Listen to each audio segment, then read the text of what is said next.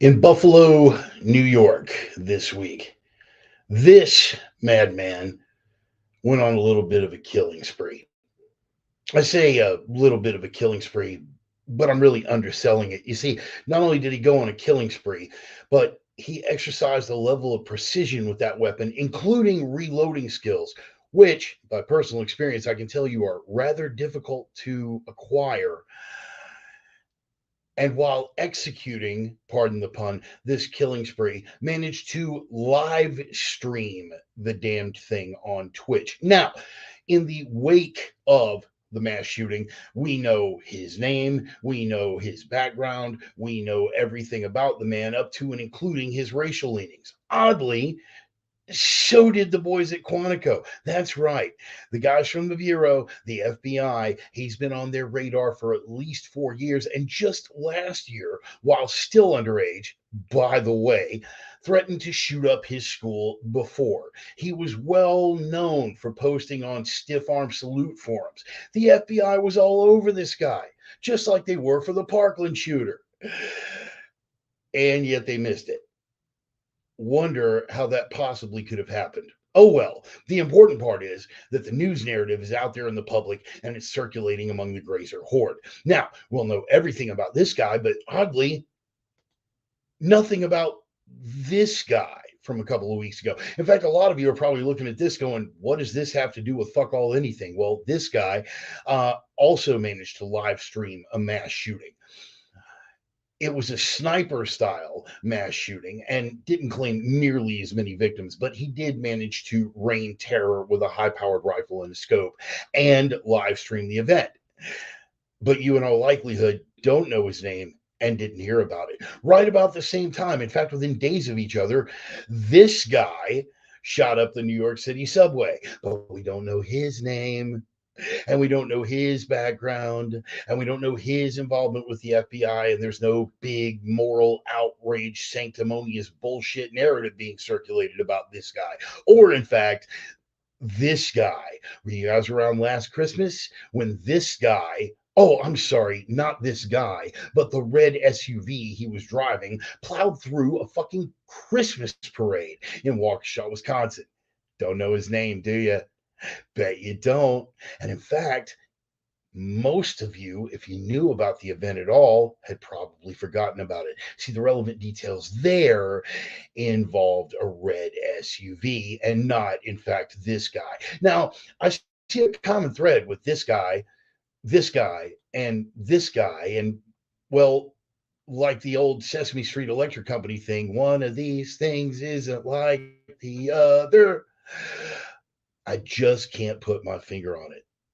Meanwhile, putting on things that I can't put my finger on, identify, clarify, or even remotely rationally explain. Over the course of the past couple of weeks, this coked out clown shoe, you know him as Zelensky, you know him, you hate him. He's the fucking U crop responsible for the murders in Donbass. Well, here he is standing next to Nancy Pelosi, the Speaker of the House. That same week, he was visited by Chuck Schumer, prominent Senate Democrat. This week, he was visited by none other than Cocaine Mitch McConnell. Now, knowing about his title as Cocaine Mitch and knowing about Zelensky's well known and documented Coke reckless excesses, you can't help but giggle a little bit at this. What I'm not giggling about is how is it that him and the Prime Minister of Britain and Bono from U2 and Nancy Pelosi and every major fucking world leader, prominent senator, and prominent fucking Hollywood celebrity managed to go and visit with Zelensky in this place, which we're being told constantly is a fucking war zone where Putin is deliberately targeting civilians and where he could, we are breathlessly told by that Maddow guy, use nuclear weapons at any moment. Not only did you notice that they were there in this war zone, but that none of them were surrounded by visible security details. Now, of course, we know that there are some cloak and dagger guys behind the scenes with their little automatic weapons protecting these dignitaries. But here's the deal: when it's prominent members of state, politicians visiting foreign countries, particularly in war zones, guess who watches their back? The United States military. And there was no presence of the Ukrainian military, let alone the United States military watching their back. A little bit disturbing. While we're on things that are a little bit disturbing, later on this month, we are going to sign a pact with the World Health Organization, essentially foregoing our national autonomy and giving it over to the World Health Organization in the event of the pandemic. You know, the World Health Organization that lied about human to human transmission, the World Health Organization that essentially shilled for China, burying the fucking lab leak theory from the very beginning, and whose very agent, Father Fauci of the Church of the Fearful, is working right here within the auspices of the United States government. Yeah, we're signing it over to them in the unlikely event of, say, the new outbreak that they're predicting right before the midterms. And speaking of the midterm elections,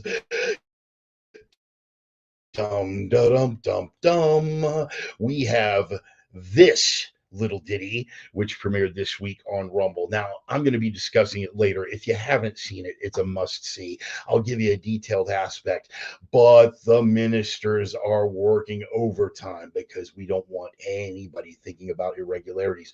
Remember, boys and girls, the most secure election in United States history, just like the food supply. Oh, except for that baby formula thing. Yeah. So no matter how hard they try to push it, the Ministry of Truth, though they are working overtime, their fact checkers just can't keep up. You've heard me say it before. Fundamentally, people are suckers for the truth.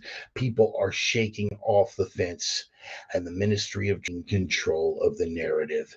Better hire a new army of fact checkers. But when we know that the fact checkers are out there, the fact checkers are out there, and the lies have not even yet begun. The opinions expressed by the Reverend are his own and no one else's on the planet. Not friends, not foes, not supporters, not detractors, not sponsors, and I cannot stress this enough, certainly not employers. They have been adjudicated thought crime in all jurisdictions. Consider yourself warned. They are coming from the heart, they are guided by the mind, and they are guaranteed to choke you with a big, fat dose of that ever-loving truth cock. Welcome back, boys and girls. We're running a bit late, but it's time once again for the Sunday sermon. Took me a while to put together that opening, and predictably, I'm watching the scale of the internet signal fluctuating. Everybody in for the drum roll. Full day at work, man. Full week at work. In fact, I have been very, very busy, and I'm very happy about that. Idle hands don't fucking starve. That is a work ethic that was taught to me by, my grandfather, among other very wise people a long, long time ago. And this new trade that I'm on, which was enabled by my dear brother and friend, Ryan Adam Jenkins, who is on board. Before we even start the roll call, I saw Ryan on earlier. Working a little inside joke. He loves to break my concentration. It's like a game, and he always fucking wins. Roll call. Lovely Denise, my beloved Oksana. We must crank out war babies for the effort. We cannot let Ukraine win. For Russia. Sorry, whatever, man. Brother Joel Allen Jackson on board. Ryan, as I stated before, asking who is John Galt. Having a little bit of fun with that. Let's see who else is on board, man, at this late hour. OG Prophet of Doom, Reverend Ranger Dennis Weimer joining on. Joey, the Sultan of Sarcasm, on board. I thought I saw. Okay, we got Kirk Voigt is on board, a brother Washingtonian, a brother diver. And speaking of brother divers, Kevin Rogers, my brother, the man who taught this little fish how to swim back at St. Thomas, the U.S. Virgin Islands. By the way, man, Virgin Islands totally blown out of proportion. I looked all over that place, couldn't find one fucking virgin above the age of 7, owing mostly to the locals and the fact of its proximity to that place that Epstein was hanging out. I don't know. Pure speculation. I'm not suggesting anything. Far be it from me to promulgate conspiracy theories and violate the official narrative, the Ministry of Truth, and whatnot. Brother Monty on board. Good to see you, Mr. Right. If you're looking for Mr. Right, well, here I am. And Jason Elser on board too, man. It has been way too long, brother. I hope you were still out there doing the blue collar thing, getting your grind on every fucking day like we always knew about you, making the money, seeing the success, and being able to put other people to work too, man. Remember, these guys with the blue collar, the no collar, the rednecks, and the dirty fucking faces are the ones that make this fucking country run. Forget that shit at your own peril. That also includes truck drivers. G Dub, I don't know if you're on board yet, but if I missed you, Kevin, who are you yelling at? I'm going to tell them the story one day. Shut up, Kevin. Shut up, Kevin. Oh man, Kevin has been around so long; he's become one of the unfortunate voices trapped in my head, and periodically likes to interrupt me when I'm in the middle of a rant at one of those other voices. Man, just kind of look over at me like he did in the car when we were on St. Thomas, and he's like, "Who are you arguing with, man? Shut up, Kevin. This is how I get it out. It's cheaper than therapy, and now I've found a way to semi-monetize it doing this Sunday thing." So, anyway, man, don't judge, fucker. Oh my goodness, man! Yeah, so good turnout, especially for us getting started a couple hours late. Again, I prefer to start on time. You know this about me in whatever capacity. If you've ever been my friend, and particularly if you ever worked with me, man, 15 minutes early is on time. 1 minute early is fucking late. Um, but sometimes, man, it can't be helped. I am fond of reminding everyone I am just a crane operator with some opinions. But first and foremost, that means I'm a crane operator. That means I am out here working. I am out here building shit. And when the job calls, man, you fucking answer. Because right now, yeah, I've semi monetized this, but it's still basically a labor of love for me. And until I build up like a tenth of Tim Pool's numbers, uh, I'm just doing this out of the kindness of my heart, and again because it's cheaper than therapy. The bumper music, as always, want to give a shout out to my boys up in Minneapolis, Minnesota. At least the smoldering embers and ruins of the once great city of Minneapolis, Minnesota. A little band by the name of Red Desert. Kick-ass little gut stomping rock and roll band from Minneapolis. The name of the song is Older No Wiser, because every week I get a little bit older, and every week you guys get to decide if I have gotten any wiser. Some weeks I do better than others. That is, of course, not the true lyrical content of the song. That's just the theme that I'm running with. You're going to have to download the song for yourself and find the lyrics to find out what that song's really about. Although I got to tell you, over the course of my life, I've had some experience with that too, the lyrical matter involved in the song Older No Wiser. Anyway, Red Desert from Minneapolis, Minnesota, our bumper music, as always. Fucking love those guys. Um, I'm really on a kind of a stoner doom tip as of late. My buddy Clint Bede, originally from up in Nebraska, he has relocated, but he runs Stone Meadow of Doom on YouTube, and that is how I discovered Red Desert and Cal L and Dope Lord and Morgan Thus and a lot of my other favorite Doom bands. So he's turned me on to a lot of really cool shit. Anyway, a couple of shout outs I want to get out of the way real quick, and then we're going to jump into the music thing because I got a ton of fucking tags. And I really was hoping we could get started on time today because I got so much shit to cover, man, that, yeah, man, it's a lot. So hopefully the internet connection will continue to cooperate right now. Right now it's hanging pretty good. Um, Fluctuating a bit, but you guys let me know over here in the comments if things are there. Also, over here in the comments, let me know what format you are watching from. I can see a lot of you watching on YouTube. We are also on Facebook Live. We are on Twitter Live, and the replay now we've expanded a little bit. The replay now is on BitChute and Rumble as well. I really, really, really want to make the wholesale move over to Rumble and get away from like all these other things. Not only because Bongino, who I respect immensely, is one of the chief investors in Rumble, but because I like the whole idea that Rumble and locals have going on, which is basically establishing a parallel economy. I'll give you a brief synopsis, being the history buff that I am, particularly Cold War history buff, is that when the Eastern Bloc was coming apart, during the fall of communism, every Eastern Bloc nation had its own way of casting off the shackles of communism.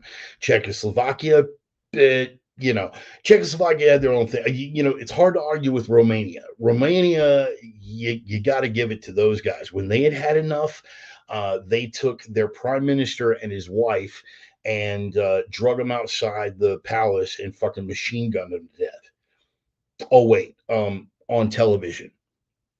Oh wait, on Christmas. So you got to give it to the Romanians for a flair for the dramatic. But the Czechs were a little bit different. And a lot of others were too. Their model was they just created a parallel economy, a parallel culture. They created their own films. They created their own artwork. They created their own networks of trade and barter that were completely independent of that centrally controlled system. And like it always does, centrally controlled communist and socialist systems always collapse under their own weight. Historically, there's never been an exception to that. And as the regime loses its grasp on power, they turn to more and more violent, more and more desperate measures, but eventually they lose relevance. They don't even have the power to sustain that. And that is what Czechoslovakia and a number of the other Eastern European nations did as communism was falling by the wayside. Oh, Bowles, yeah, I gave you a mention, man. I gave you a mention earlier. We were talking about the blue collar guys and the truckers making the country run. Ignore that at your own peril. So, G-Dub, I'm glad you made it. They created a parallel economy. They created a parallel culture. And that is what essentially guys like Bongino and the dudes over at Rumble are fucking working on now. It's a lot what, and Shapiro, we know how I feel about Ben Shapiro and the fact that his wife is a doctor and he never tires of reminding you of that, and that silly little yarmulke that he wears on his head, and the fact that he's a shill for a lot of neocon causes and, Israeli foreign policy. Yeah, Ben irritates the shit out of me. But the Daily Wire has a good thing going because they are creating their own parallel culture. You remember, and Andrew Breitbart said it best, man, politics is downstream from culture. And it doesn't matter what we do politically. If we don't win the culture war, we're fucking done. Anyway, that was a little tangent. Wanted to get that out of my system. Couple of quick sponsor shout outs, and we're going to jump into this thing.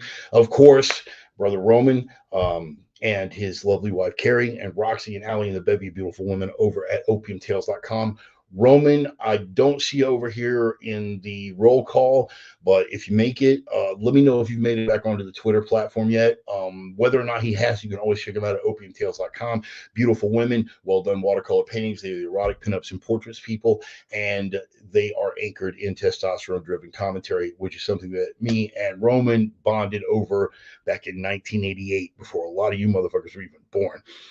So I'm proud to have him on as a friend and a long-term sponsor. And of course, Casey and Dusty Tellison, my Viking brothers over at Nordic Smoke Barbecue, the only legit barbecue in the inland Northwest. You guys know my history. I am Carolina by way of Texas. I'm difficult to impress with fucking barbecue. This is absolutely the best goddamn barbecue I've ever had in my life, and the only legit barbecue in that fucking region. I'm telling you, man, I got to the Northwest, and their idea of barbecue is like meat with some sauce on it. They don't understand rubs. They don't understand smokes. They don't understand any of that shit. Nordic Smoke, they nailed it. And the beauty of it is they learned on the fly. They took that and they said, we're going to do this. What do you know about it? Fuck all, nothing. And they learned on the fly. So, like so many other things in my capacity as a student and a teacher in many aspects of my life, I have found that sometimes the people who have no fucking idea what they're doing wind up achieving the most because they don't have a lot of bad habits they got to unlearn. And this is one of those success stories. They've got the Viking Longship, which is their big smoker truck. They're setting up an American Gun and Pawn every Thursday. They start at 11 and they sell until they fucking run out. And they always run out, and they always run out quickly. So get there early, right? And even if you pitch a tent and camp out, it's Spokane. There's so many fucking homeless camps around there. Nobody's going to notice. So it's okay. It's okay. Don't be afraid of embarrassing yourself. So there's that. Those damn blue collar tweakers taking over. Yeah. We're taking over this here country, much to the chagrin of Nancy Pelosi and her fucking ilk. Most horrible Southern food I found in New York State was a place called Country Cooking. Dude, the fact that you would even try, Tom, good to have you on board. Kevin, the fact that you would even attempt to do something called Country Cooking that even identified itself as Southern when you're up there in Yankee country, bro, I just actually, I love you. You're always my brother. And by the way, that gesture that you did on your Facebook page in solidarity with my beloved Charlie, that shit was bro, that shit was fucking solid. You guys are gonna have to go and see that for yourself. I'm not gonna out it, but bro, that was my heart, son. I mean, I'm tearing up just fucking thinking about it. That was awesome. Having said that, the Southern food in New York thing, my respect for you still dropped a couple of notches. So right now we're at about even, Kevin. So there's that. Get pizza or clam chowder up north. Now that's a fact, Tom. That's a fucking fact. And by the way, Tom, I've been watching your feed as well, and the crises that you and the family are enduring right now. And my heart and my prayers are with you, brother. So strength to you. In the Philippines, they have a barbecue place that serves white brisket. Wow, that's a little terrifying. Okay, before we get too fucking far off track, let me go ahead and jump back into the production screen here. I am still learning my way around this fucking thing, and it's just me. I don't have a producer, and I don't have a lot of high tech equipment, but we're going to start off with the ever popular Ryan's Rabbit Hole. Brother Ryan Adam Jenkins, you guys know him, you love him. He has been a friend and a brother to me in every conceivable sense of the word. He has helped out immensely with this program, with his suggestions and his contributions. In fact, the outro music was directly on Ryan's suggestion, as well as a million other little tweaks and turns that have not only made the program better, but have actually made me better in my presentation. Kind of got me off the formulaic shit and got me back into some honest fucking dialogue. And can't thank him enough. Anyway, one of the popular segment that we do every week is called Ryan's Rabbit Hole. Now, Ryan, like myself, and it's one of the things that we bonded over, is a repository of repository, not suppository. Get your minds out of the gutter, people. We are repositories of what a lot of people would consider useless information. We don't consider it useless. We consider it evidence that we are well read, self educated, and bound to no one else's thought processes or critical thinking skills. And either one of us, at the drop of a hat, can take it historical, philosophical, religious, spiritual, conspiratorial. We can take it any fucking way. Scientific, and scientific is where we're going this week. We got a bit into the uncanny valley phenomenon last week. This week, what Carl Jung did for the concepts of collective unconscious and genetic memory, Rupert Sheldrake essentially has done he's actually gone one deeper. He's actually done that for a phenomenon that he himself has identified and described as morphic resonance. Now, if you think about genetic memory, elements of your nervous system, your central nervous system, and its responses that are passed down from generation to generation to generation along a bloodline. He took it one deeper, and his research delves into how it is actually passed down as collective memory within species, right? In other words, whereas the genetic memory and the collective unconscious is you know and you feel and you perceive because your ancestors, your great grandparents, your direct bloodline experiences that through the central nervous system and perceives it that way. He went one deeper, and well, actually, he went several deeper. And one of the ones he went deeper is how that is passed along between species.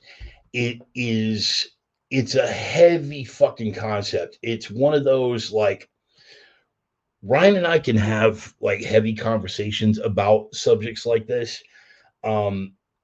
But I will tell you two things. I will tell you two things about my brother Ryan. A, he can go way more obscure than I can at the drop of a fucking hat. And he has a hell of a lot more tolerance for dealing with the esoteric in the sense that he can pontificate on that shit for hours at a time. I get about 45 minutes in, and my old guy brain starts getting overwhelmed because of the depth of the subject itself. But I will say this for Rupert Sheldrake: if you look at his research, um, he deals with the perceptions of telepathy, right?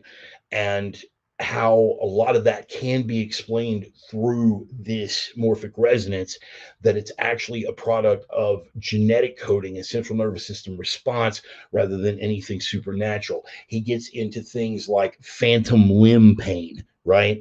Amputees that still, I know my arm's not there, but it still hurts. Phantom limb pain, things like that. Intuition, uh, the the homing instinct, that is another one that he delves into, and the homing instinct with regard to, say, pets who are semi-domesticated, freshly adopted, what the fuck ever, that somehow get lost and dumped hundreds of miles from their families and their homes, that manage to find their way, and how these things are all interconnected. It is one hell of a rabbit hole to go down. It is super fucking deep. The phenomenon is called morphic resonance, and the gentleman whose name you want to look up his name is Rupert Sheldrake. I will give you a couple of examples just off the top of my little bullet point wish list. He There was an article in Scientific American called Rupert's Resonance. That is a good place to start. And of course, you can look up Rupert Sheldrake on Amazon. And the very first book that is going to come up is called specifically Morphic Resonance. Um, I am going to suggest for you guys that aren't as devoted to the esoteric and obscure as nut jobs like myself and brother Ryan, you should probably start with the Cliff Notes version. Dip your toe into the pond gently, but it is a deep ass fucking rabbit hole, super deep fucking rabbit hole. And if you are into Carl Jung, right, and the concepts of collective unconscious and genetic memory, then you are definitely going to be turned on with the prospect of what Dr. Sheldrake is going into with morphic resonance. So, morphic resonance is Ryan's rabbit hole for the week, and I just X'd myself completely out of my fucking production screen. Okay, so that is the rabbit hole. Follow it down as deep as you are comfortable with, and then take a couple more steps, because it is only by being unafraid to venture into uncharted territory that we're able to expand not only our knowledge base, but our consciousness and our actual human fucking collective experience. What we are able to take back to the great collective once this spirit shuffles off that mortal coil. Speaking of folks who have shuffled off this mortal coil, this took place this week, and a lot of us are deeply saddened by it.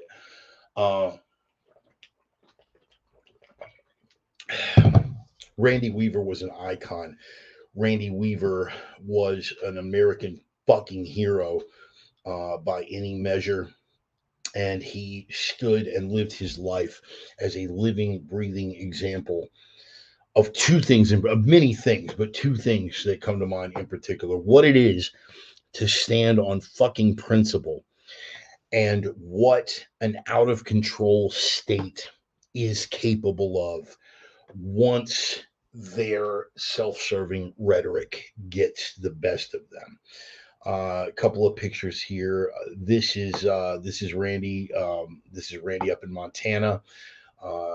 Number of years back, uh, he was still doing relatively well at that point. Any of you guys that follow me on social media know that his daughter Sarah is a friend of mine, and I offered up a tribute to Randy earlier this week on the channel for the sake of Sarah, and I would ask that you offer prayers and support, regardless of what Randy meant to you on a personal level. In fact, some of you will remember this from the trial when Jerry Spence came up from Jackson Hole, Wyoming, and represented the Weaver family pro bono, because Jerry Spence is a devout constitutionalist and knew how wrong that family had been done, knew the atrocity that they had suffered. And Randy had a really bad winter, a little health scare a few winters back, and never really, in all honesty, never really fully came out of it, never really fully recovered.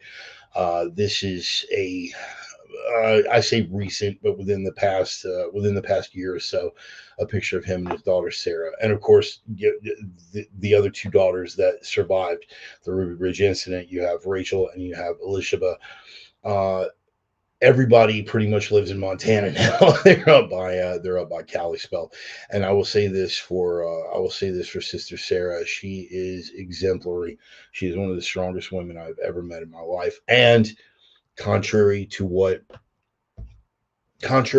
us lesser mortals may feel about the indignities and the atrocities that were suffered, she has truly, when I say she is a product of faith, she has truly found peace and forgiveness through her faith. And I envy her that. I don't pretend to understand it. I will never know that level of strength. But it's pretty fucking amazing to see it in a human being. So, Sarah, again, I wish you strength. What is Randy's legacy? I discussed this briefly the other night with regard to uh, the tribute and reflection that I gave. This is his legacy.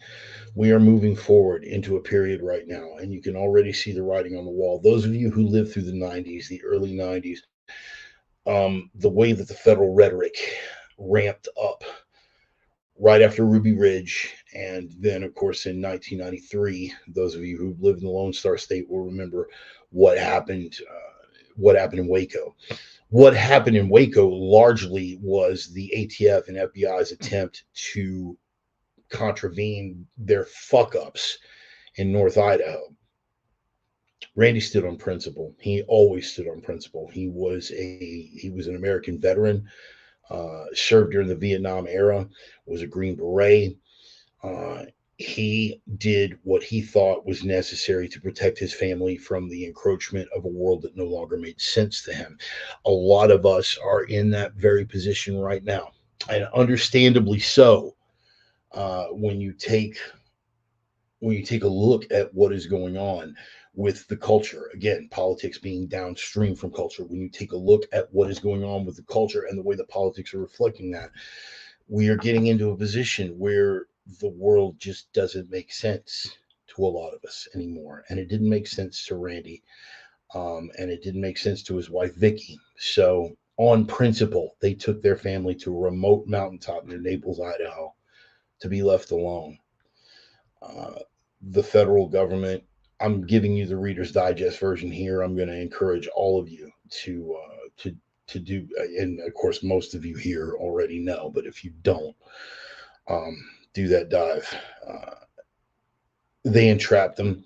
They entrapped them into sawing off the barrel of two shotguns for someone who he thought was his friend that turned out to be a glow boy, a fucking FBI informant.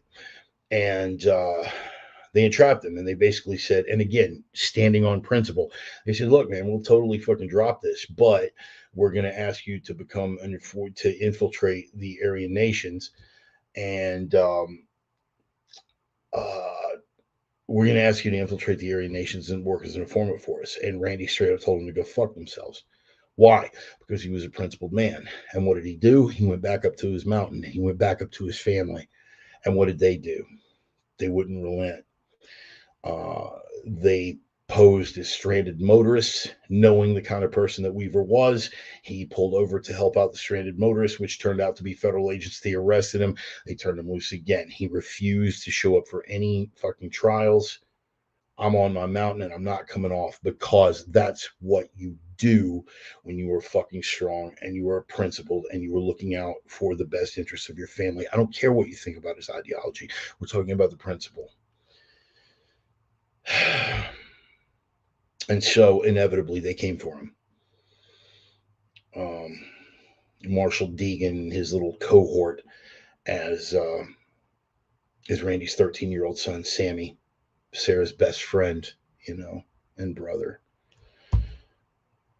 Sammy came down that hill with family friend Kevin Harris, and they ran around. They got pinned up into this corner, and the first thing, much like the federal maggots in Waco, uh, the first thing they did was shoot the fucking dog. Sammy responded with a gunshot. Kevin responded with a gunshot, and for their trouble, one of the federal marshals machine gunned a 13-year-old boy. Do you know what? Do you know what 147 grain jacketed hollow point from the barrel of a 9mm automatic carbine, like an MP5, does to the body of a 13-year-old? Yeah, but it got much worse. And the very next day, they went out to pay their final respects to Sammy's body. And federal murderer, assassin, I will not call him an agent. I will not call him a fucking officer. I will not dignify this fucking maggot prick with that. Lon Horiuchi, federal assassin, opened fire on everybody outside the house. Why? Because the higher ups at the Bureau had declared a special rule of engagement that any man armed outside the house was to be fired on. A set of engagement rules that had never been done before and would not be done again until Waco.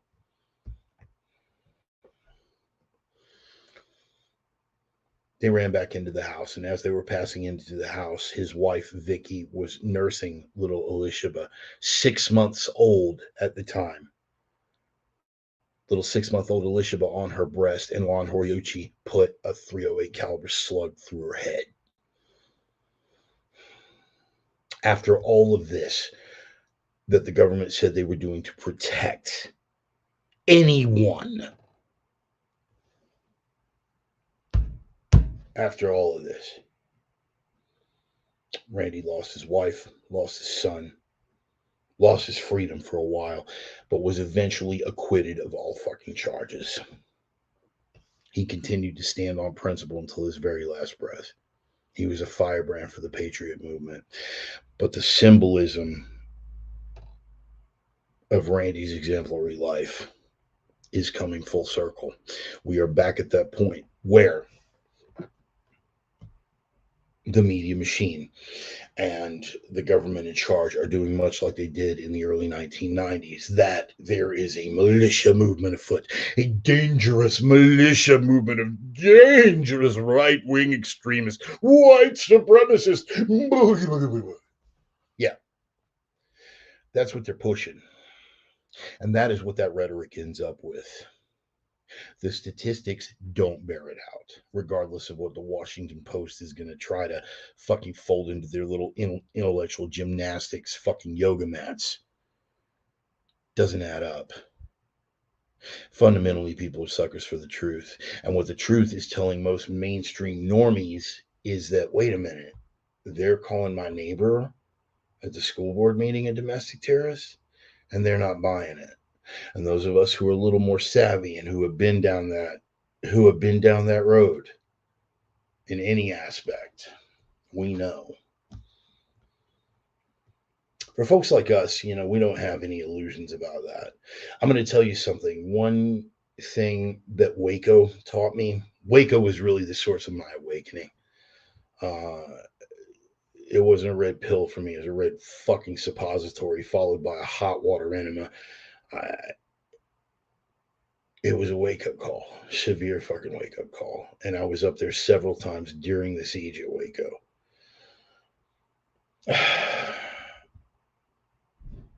What the takeaway was for me was not at the time, but later, when I went up and I saw when they started excavating the depth and width and breadth and complexity of the underground tunnel network that they had under the church.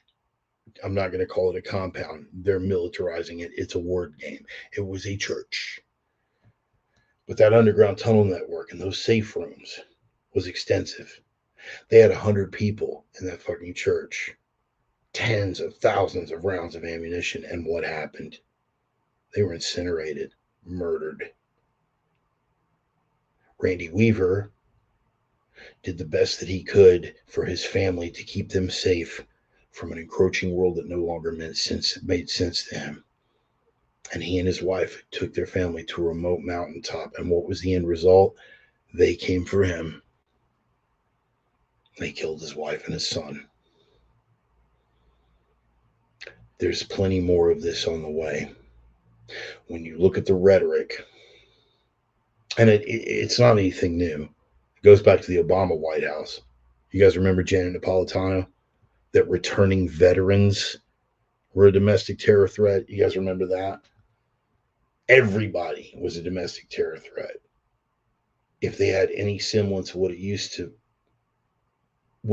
mean to be an American citizen, we're back there again. And the rhetoric is getting bumped up in light of this Buffalo thing, which I'm about to get into. It's one of my bullet points. It's definitely getting ramped up. And it doesn't matter that the facts don't add up. The facts don't have to fit the narrative. You control the narrative. Well, perception being reality, if you control perception, you control people's reality. Stimulus response. You control the stimulus, you control their response. And those control mechanisms are only ramping up. The other night when I did the tribute, I implored. And again, I'm just a voice in the wilderness here. I'm John the Baptist living off of locusts and wild honey. I'm fucking nobody. But I implored people to dial it back. Not our team, not our side. We've given up trying to dialogue with these fucking sickos and madmen, as well we should. But we're not the ones that hold the reins of power right now. They are. And I was very careful about my choice of the word implore, because I will never, never, mark my words, beg these people for anything. Nor would Randy when he was alive. He asked no quarter and he gave none. That by itself is exemplary. And if we are looking forward to what lessons we can take from that,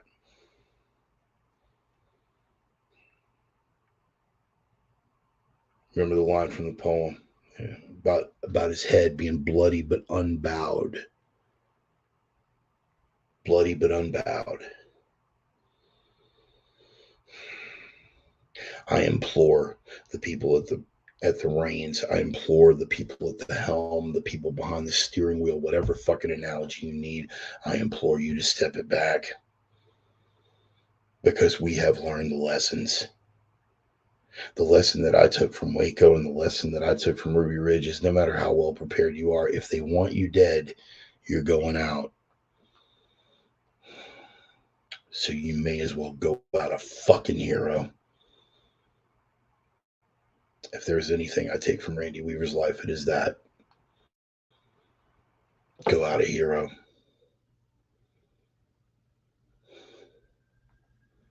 And people can say what they want about how he lived his life, and people can say what they want about his politics and his ideology and his racial identity and whatever the fuck they want. But that man went out a fucking hero. When he went up to that mountain with his family, that was the act of a fucking hero trying to keep his family safe.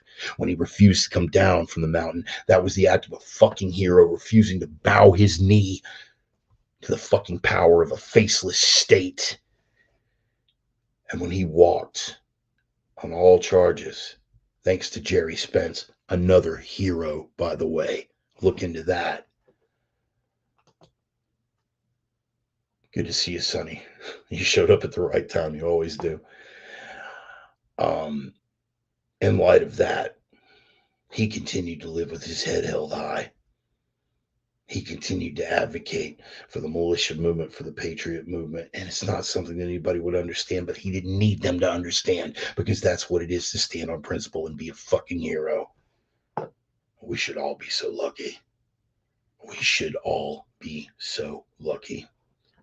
So, for what it's worth, Randall Claude Weaver, Rest in peace.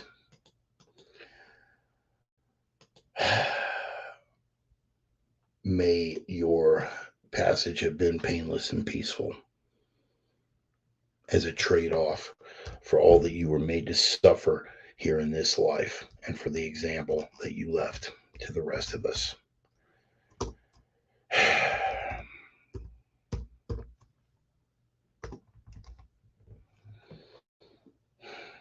Amen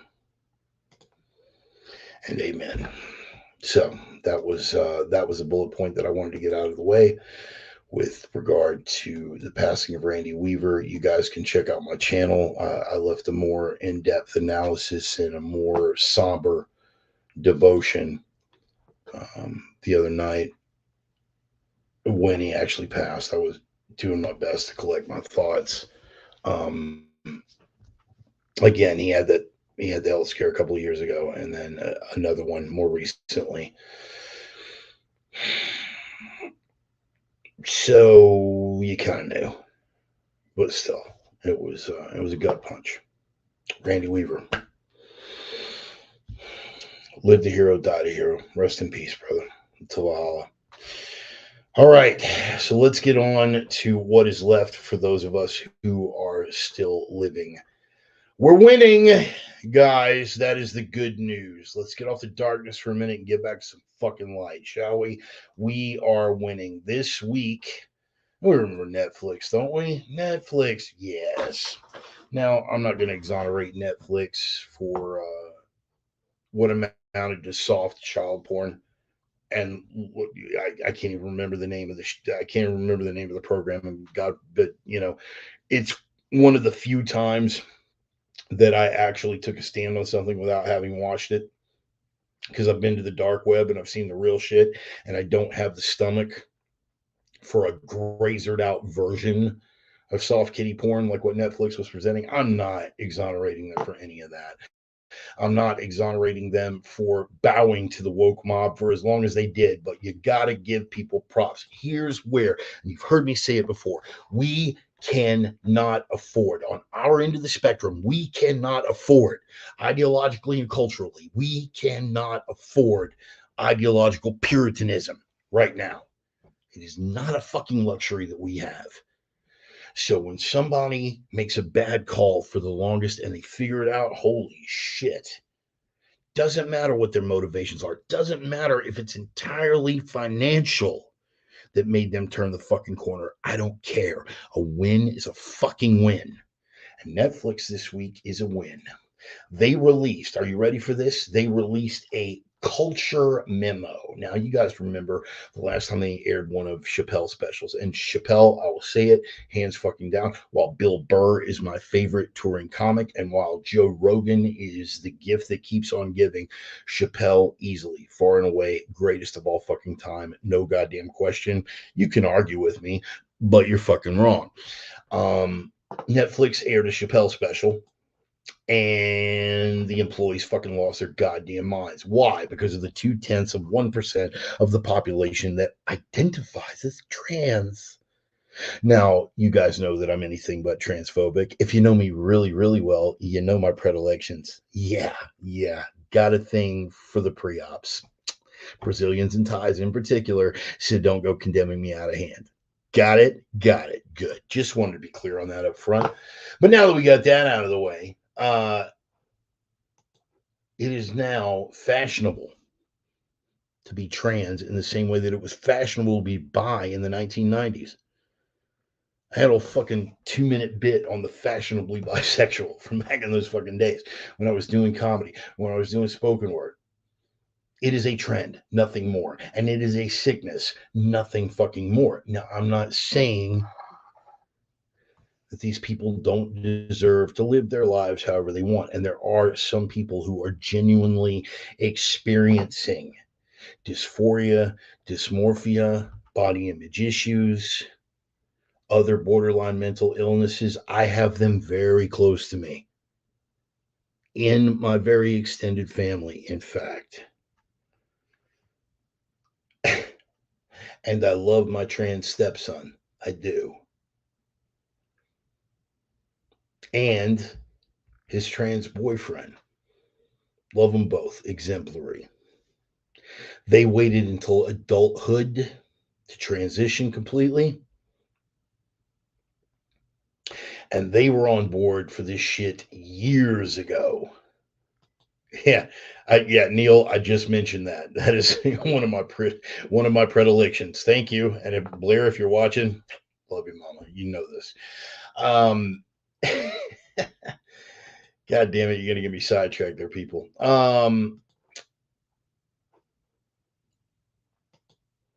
It has become a social trend, and it has become a social trend that is consistently fucking reinforced over and over and over again through popular culture, giving it an outsized sense of relevance and prevalence. Does that sound vaguely familiar? Wow, that almost be like Twitter uh, fucking having literally 100,000 bots disappear off of prominent leftist accounts and then like lying about the number of actual users that they had because they were trying to generate a sense of relevance and prevalence that didn't actually exist. That is the stock and trade for the left, and it is their exclusive fucking province. The right doesn't have to do that. They don't ever have to do that. We don't have to fucking thump our chests about it. All you have to do is look at an electoral college map, county by county. We know how many people are following our ideology and how many aren't. I don't make any bones about that. In any case, Netflix has turned a fucking corner. Can you believe it? They said, we are going to continue to present this kind of material. We are going to work on material that a lot of you are going to find ideologically unsettling. And rather than hem and haw and mince words and parse and any of that other shit, they took it straight to those fucking woke ass employees. And you know what they told them? If you can't dig that and you can't get behind that, and fucking silencing other voices is your thing, if your ideology is so fucking weak that the only way you can possibly tolerate being in proximity of anyone else is to have opposing views silenced, maybe Netflix isn't the place for you to work, Sparky. That's gotta feel good. That's gotta feel fucking good. How many of you were like me in the early days of this political correctness and at the dawn of the whole woke thing? And I know a lot of you were. We were warning them. We're warning people. It's like, listen, you can't get in the habit of apologizing to weak motherfuckers. To weak, sick, off kilter motherfuckers. You can't get in the habit of apologizing to them. Why? Because at the end of the day, there's no fucking end to it. They don't understand generosity. They don't understand, I'm going to let you get by. Right? Simple enough concept. You guys, you feel me, right? All you, Ryan, Kevin, I know you guys feel, Sonny, I know you feel me. Looking at motherfuckers and you're just like, dude, I would love to crack this fucker in the face right now. But you know what? Live and let live. I'm going to let you get by. I'm going to let you get by. Mike, if you're watching, Steve, I'm going to let you get by, dog. There is none of that with these fucking people. They can't get their head around the concept because the only way I'm going to let you get by works is if we're in a community of people that understand the concept of I'm going to let you get by. We don't agree on everything. Shit, me and Sonny don't even agree on everything. He gives me 9 miles of shit because I still run steel fucking mags. Sorry. Sorry, but there it is. It might be the only thing we disagree on. I don't know. But Sonny can be like, oh, okay, I'm going to let you get by. Because he knows that I know my place in the food chain. These people don't know their place in the food chain or the fucking pecking order. You get in the habit of apologizing to fucking people like this. There's no fucking into it. Kindness is fucking vulnerability to them, and they will demand more and more and more. And I've been warning people about this since at least fucking 2012 when this shit started kicking off. Fascism without balls. Very well put, sir. And I'm stealing that fucking quote, Sonny. I'm letting you know ahead of time.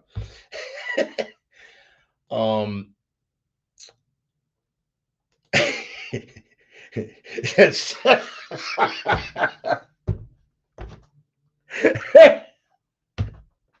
Brother Sonny wins the internet right now. Right now, he wins every fucking thing. Steel mags. That's yeah.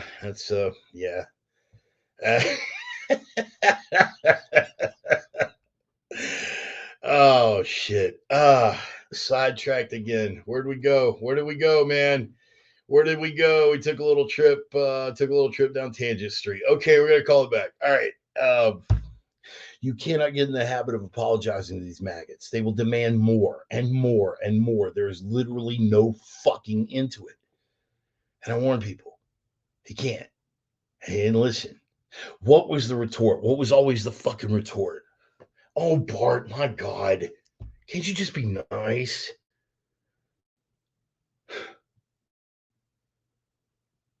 It's not that big a deal. No, it's not. It's not now. But 10 steps beyond, it's going to be a big fucking deal. It's going to change. Again, politics downstream from what? Culture. It's going to change the fucking culture, and the political response that follows behind that is going to fall fucking in line. And I warned you, and I warned you, and I warned you. God, Bart, can't you just be nice? Let him get by? No, because that courtesy is never fucking returned. Compromise? Compromise. A word about compromise. Compromise. Compromise is a nice way of saying, I'm right. And I know that I'm right. And I can demonstrate and prove through a mountain of empirical evidence that I am right. 100% right. And that you, by extension, are factually incorrect. However, for the sake of making everybody feel good, I'm going to act like I could be a little wrong. That's what compromise is to me. If you are morally convicted, you don't give a fucking inch, particularly the maggot mob. You don't do it. And I warned people this years ago, and nobody would listen, and now we've arrived. However, it has come full circle. Bravo to Netflix, and bravo, once again, you know who I'm getting ready to thank here, because who came out to praise Netflix? Who was it? Come on, you know who it is. Who was it that came out to praise Netflix? Who was it that came out to praise Netflix? That's right, it was Saint Elon. Saint Elon the Beneficent. Saint Elon the Beneficent. Yes, he came out to praise Netflix. The guy who they are utterly fucking terrified is about to take down their other cultural bastion. Remember, and I'm going to drive this point home because it's one of the important things that I want you to have as a takeaway from tonight's fucking sermon, and that is that politics is downstream from culture. You can do everything you want politically to hold it down. You can try mask mandates. You can try economic lockdowns. You can try calling people white supremacists. You can try fucking mobilizing your Department of Justice against angry parents at school board fucking meetings, but it doesn't matter if you lose the fucking culture war. And the one place where they've been winning the culture war, social media. Only they haven't been winning the culture war. They have been generating the illusion that they have been winning the culture war. Elon Musk came out, praised Netflix for cracking down on his woke employees. And not only that, but this week, he nearly froze the deal. Why? And by the way, he's not going to stop the deal. Don't get your hopes up. All right. Elon's putting the deal on hold is the new, here's how Hillary can still win. Okay, stop it. Just knock that shit off. He's not going to cancel the deal, and nobody's going to fucking stop him. But he came out and he praised fucking Netflix. And over the course of the week, he found out that, guess what? Turns out, not only did Twitter not have nearly as many people, nearly as many actual humans on board as one had been led to believe, but it gets deeper. The way that those humans were allocated, more to the point, the way the non humans were allocated, the way that those non human numbers were allocated, guess what? And I know the Ministry of Truth told us that there was no bias in social media and that, conservatives being censored was just a conspiracy theory. Because that's what they all fucking sound like to me. Guess what we found out this week?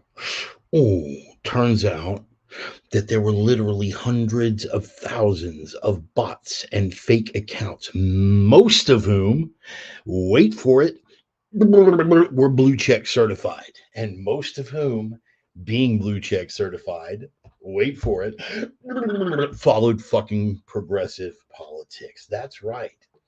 As soon as things came on board, I can tell you from personal experience, my hits on Twitter that very first week, and the deal's not even done yet. The very first week they announced it, I can tell you my fucking views, my responses, my follower count doubled. My follower count doubled in 3 fucking days. I've been on Twitter for 9 years now. My follower count doubled in 3 fucking days, and it continues to fucking expand. My likes, my retweets, my responses, my interactions went up threefold that same fucking week. Why? It's almost like people can see me now that couldn't before. And that very same week, Barack Obama lost 100,000 followers. Just vanished into thin fucking air. Ben Shapiro picked up 100,000 followers, just appeared out of the fucking ether. Hey, lady, does this rag smell like ether? Get in the van.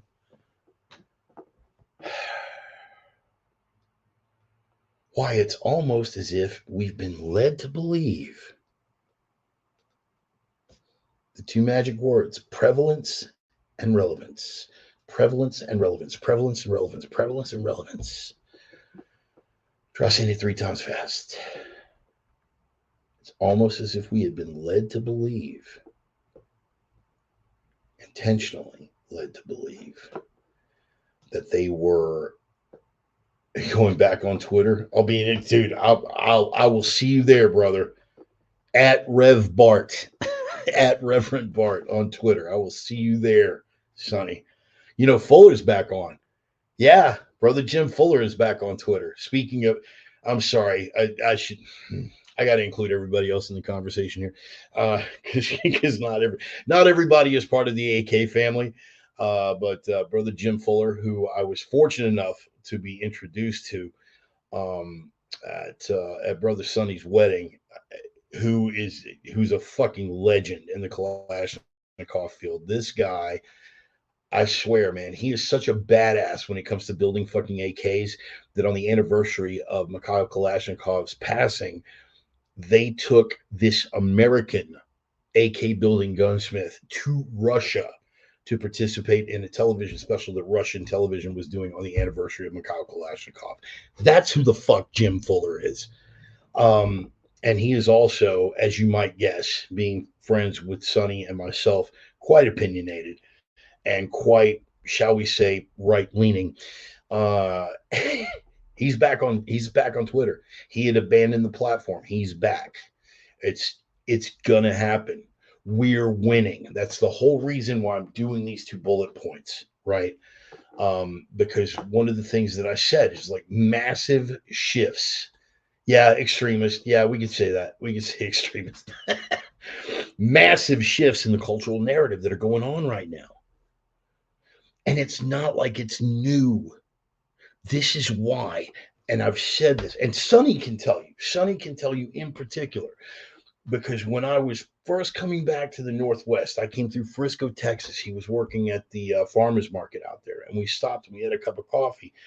And at the time, us right-leaning folk, there was a lot of negativity. And Sonny can tell you, and you remember, Sonny, you sat right there at the table in that little cafe, surrounded by lefties, by the way. And I said, man, I've never been more optimistic. I've never been more optimistic.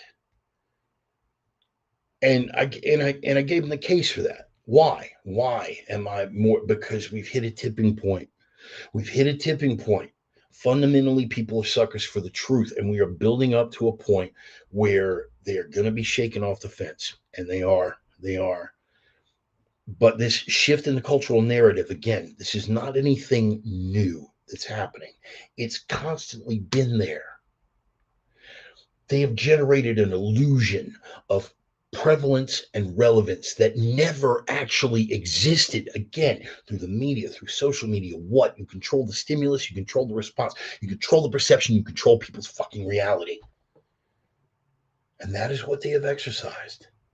That is how they pulled off 2020. And you should be, Sonny. I'm not reckless yet. I'm not reckless. Again, what was my benchmark? We talked about that. What's my benchmark? The midterms, right? That's my benchmark. So I tell you what, after the midterms, Sonny, um, I'm gonna cruise down. I hope to get down to Fort Honey Badger before then, but definitely, if not by then, after the midterms, I'm gonna come to Jacksonville and we're gonna sit. We're gonna have another cup of coffee, and you get to tell me, hey, all right, cool, or you steel mag fucking trans faggot, you were wrong, and I will gladly accept. um, in any case, Fuller's back on Twitter. Prevalence, relevance. Yes. So this was always there. It was being held back by that fucking leash. What was that leash? That leash was big tech control. That leash was vagina head censor in charge over at Twitter. Yeah, calling you, that's not really your. I don't care. She's vagina to me forever. I don't care. Head censor in fucking charge, just holding it back. I watched that fucking Joe Rogan podcast where Tim Pool spun that bitch up in circles. Anything, but it was intellectual gymnastics on parade. I've posted it to the fan page. You should go check it out if you haven't.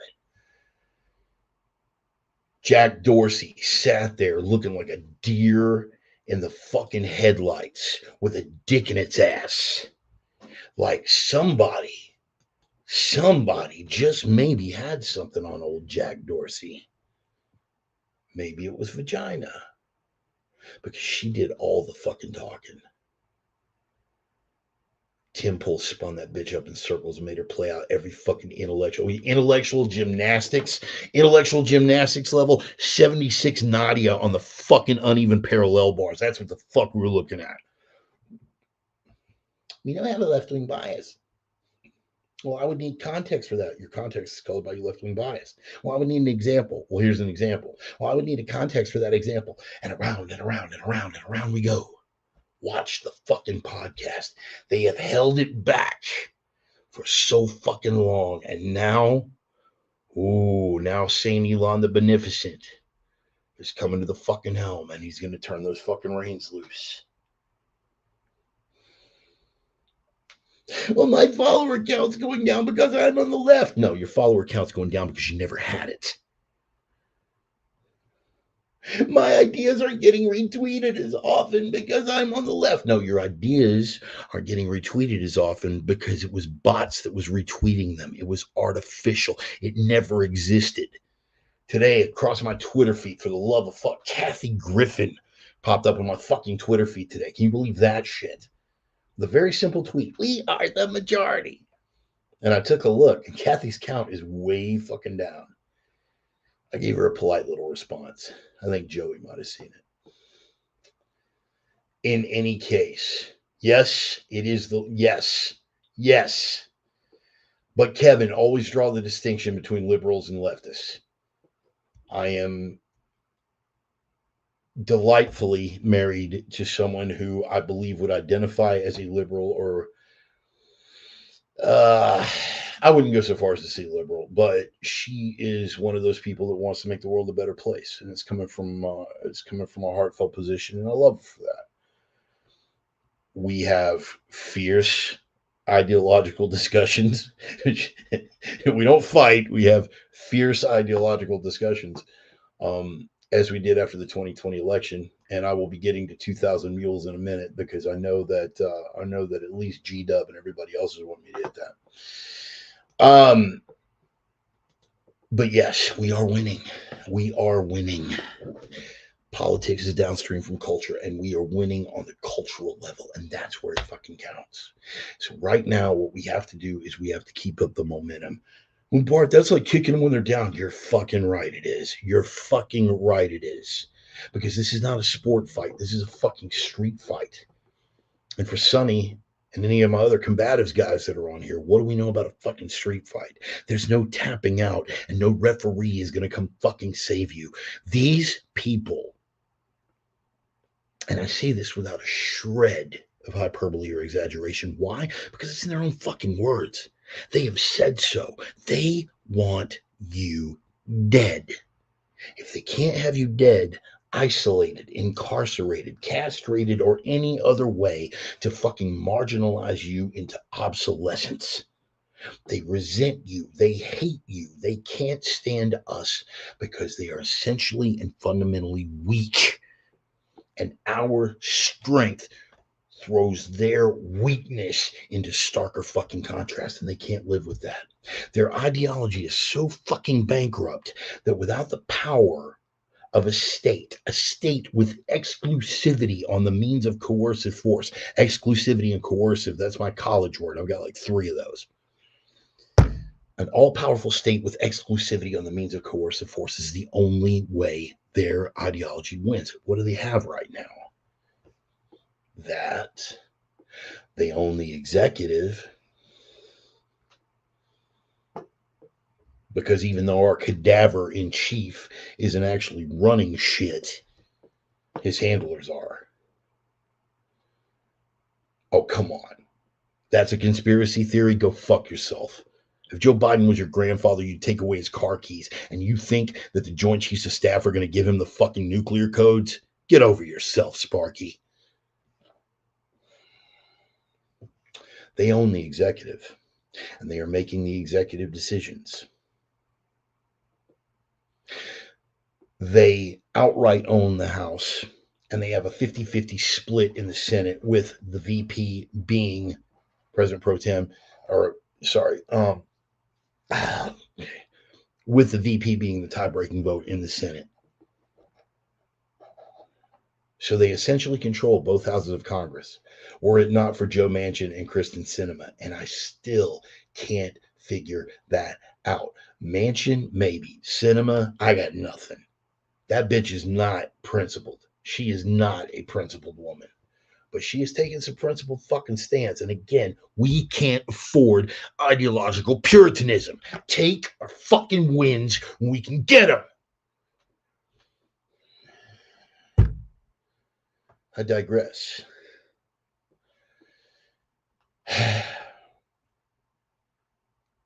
This is not a sport fight. This is a street fight. No one is coming to save you. They want you fucking dead.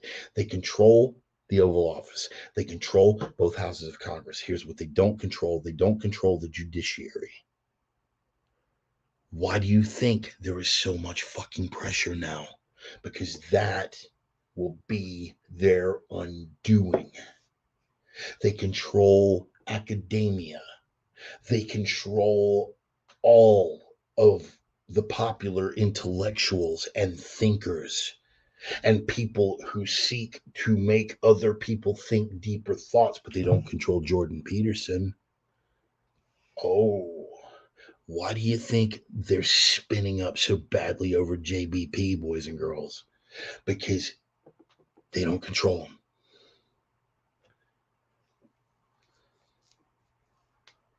They control the cultural role models.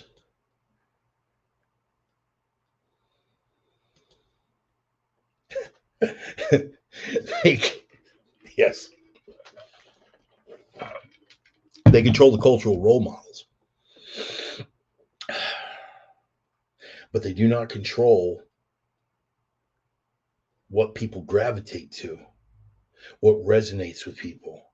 You can scream something's toxic masculinity all day long, but somehow Joe Rogan is still resonating with young American men.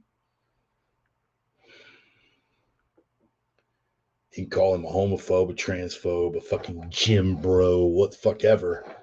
He's got the most popular podcast in the fucking world and a contract worth $100 million with Spotify, who, by the way, just booted the Obamas. So tell me, what's your latest hit, Sparky? Right. They hate what they cannot control. Right now, in government, they hate the judiciary because they can't control it.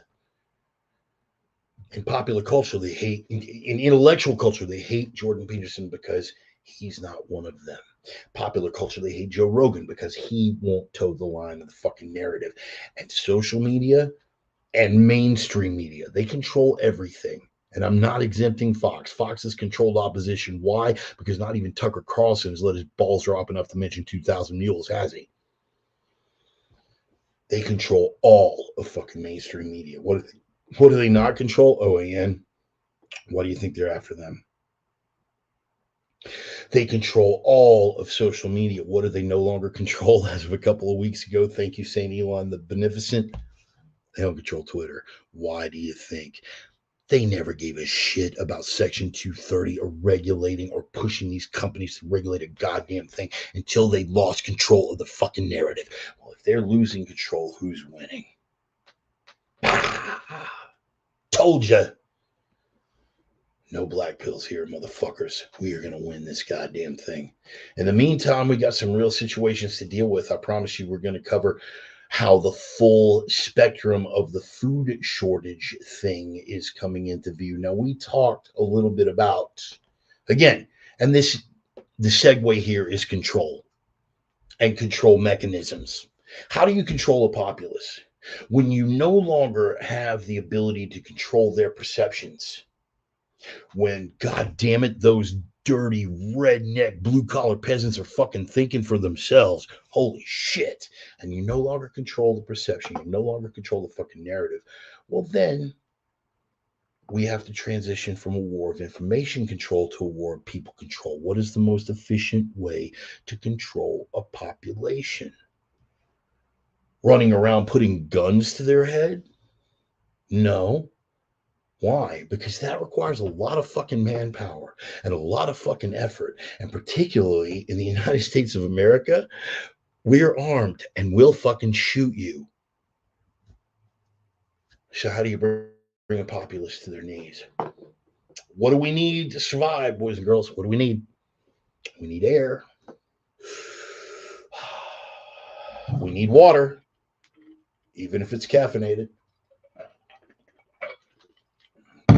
We need what? Missing something. Oh, I can't think straight because I'm hungry. There it is.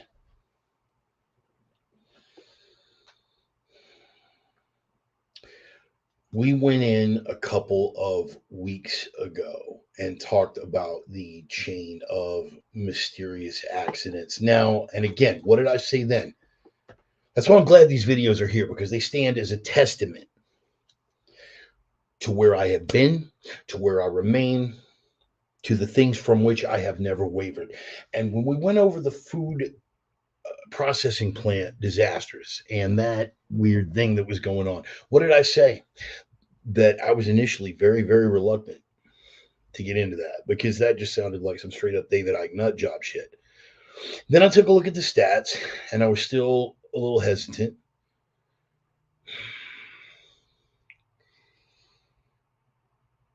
But then there were 2 plane crashes within a week of each other. And at that point, I had to take a look.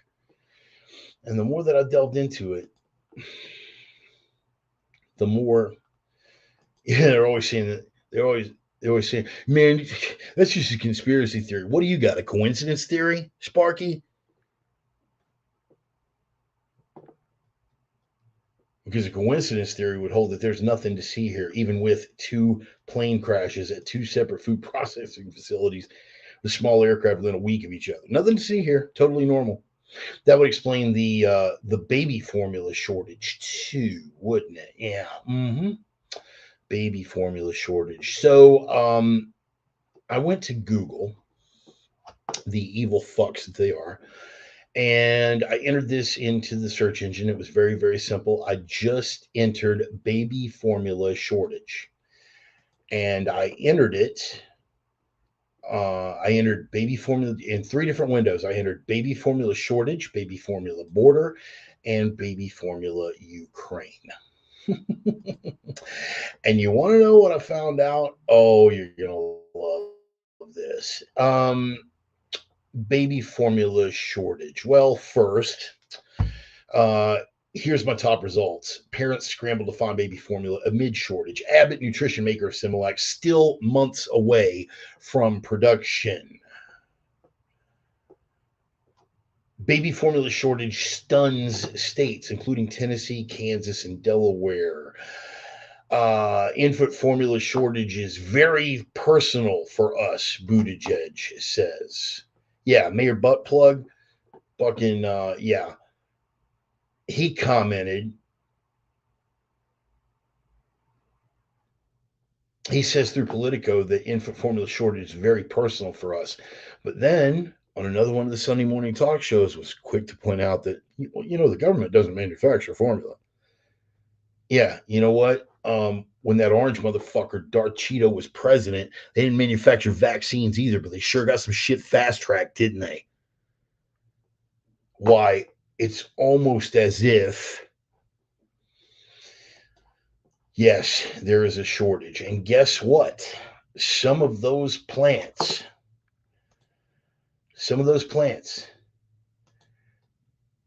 that fell to those mysterious accidents, guess what one of the big products they were that they produced? You want to control the populace, you control the food supply. You really want to put the screws to them, you really want to grab them by the short and curlies, squeeze those nuts up and give them a twist, make it to where they can't feed their kids. What have I said? And I've never wavered from this. What have I said from day one? Every time you guys come in here and we have the little skull sessions where we communicate about how to get your home squared away. What is the number one thing? Even in the 3Bs, if you want to fall back on James Wesley Rawls. Hallelujah, St. Rawls. Beans, bullets, band-aids. You notice what was first there, right? Beans, because if you can't fucking eat, you're not going to have the strength to defend, and you're not going to have the strength to recover from a fucking injury, so your bullets and band-aids don't mean shit. And I've told you, these food shortages are fucking coming. I have told you and told you and told you. Sock things away, sock things away, sock things away. At the bunker, I'm dug in like an Alabama tick. But even out here on the road, this little spot right here, my little command center, it's not much.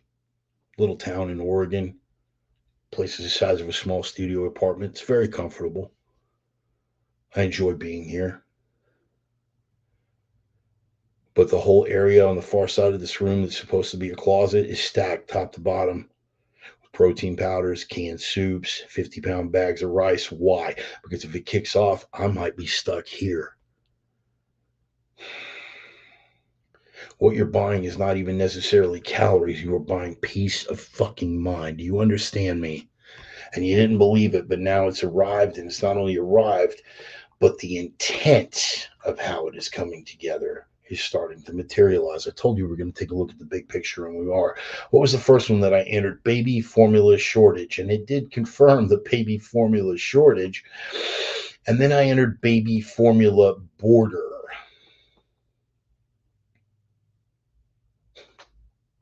Do you want to know how big tech and the media are spinning this one?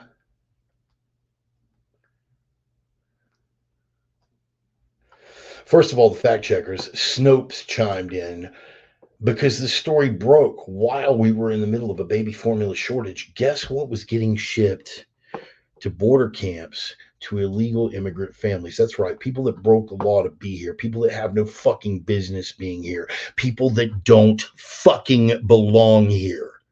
And I've never backed down from that statement, and I won't now. There is a legal process to come here, and if you don't follow it, fuck yourself. I don't care. Starve in the desert making the crossing. I don't know ya, so I don't owe ya. Feel me?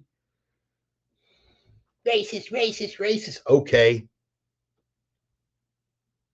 That all you got, Sparky?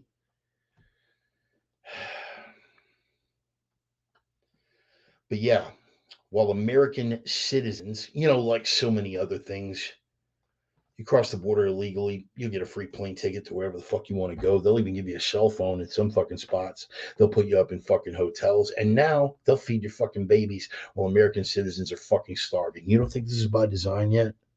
Fuck yourself. Well, but yeah, let's roll out the yoga mats for the intellectual gymnastics, boys and girls, because nobody's buying it. Anyone with two brain cells left to rub together. Occam's razor, motherfucker, independent of anything else. The conclusion that requires the fewest assumptions is the one that is most likely true. But you keep spinning yourself up. Here's what the fact checkers had to say. Snopes. We'll just roll it down. Was baby formula shipped to U.S.-Mexico border amid shortage?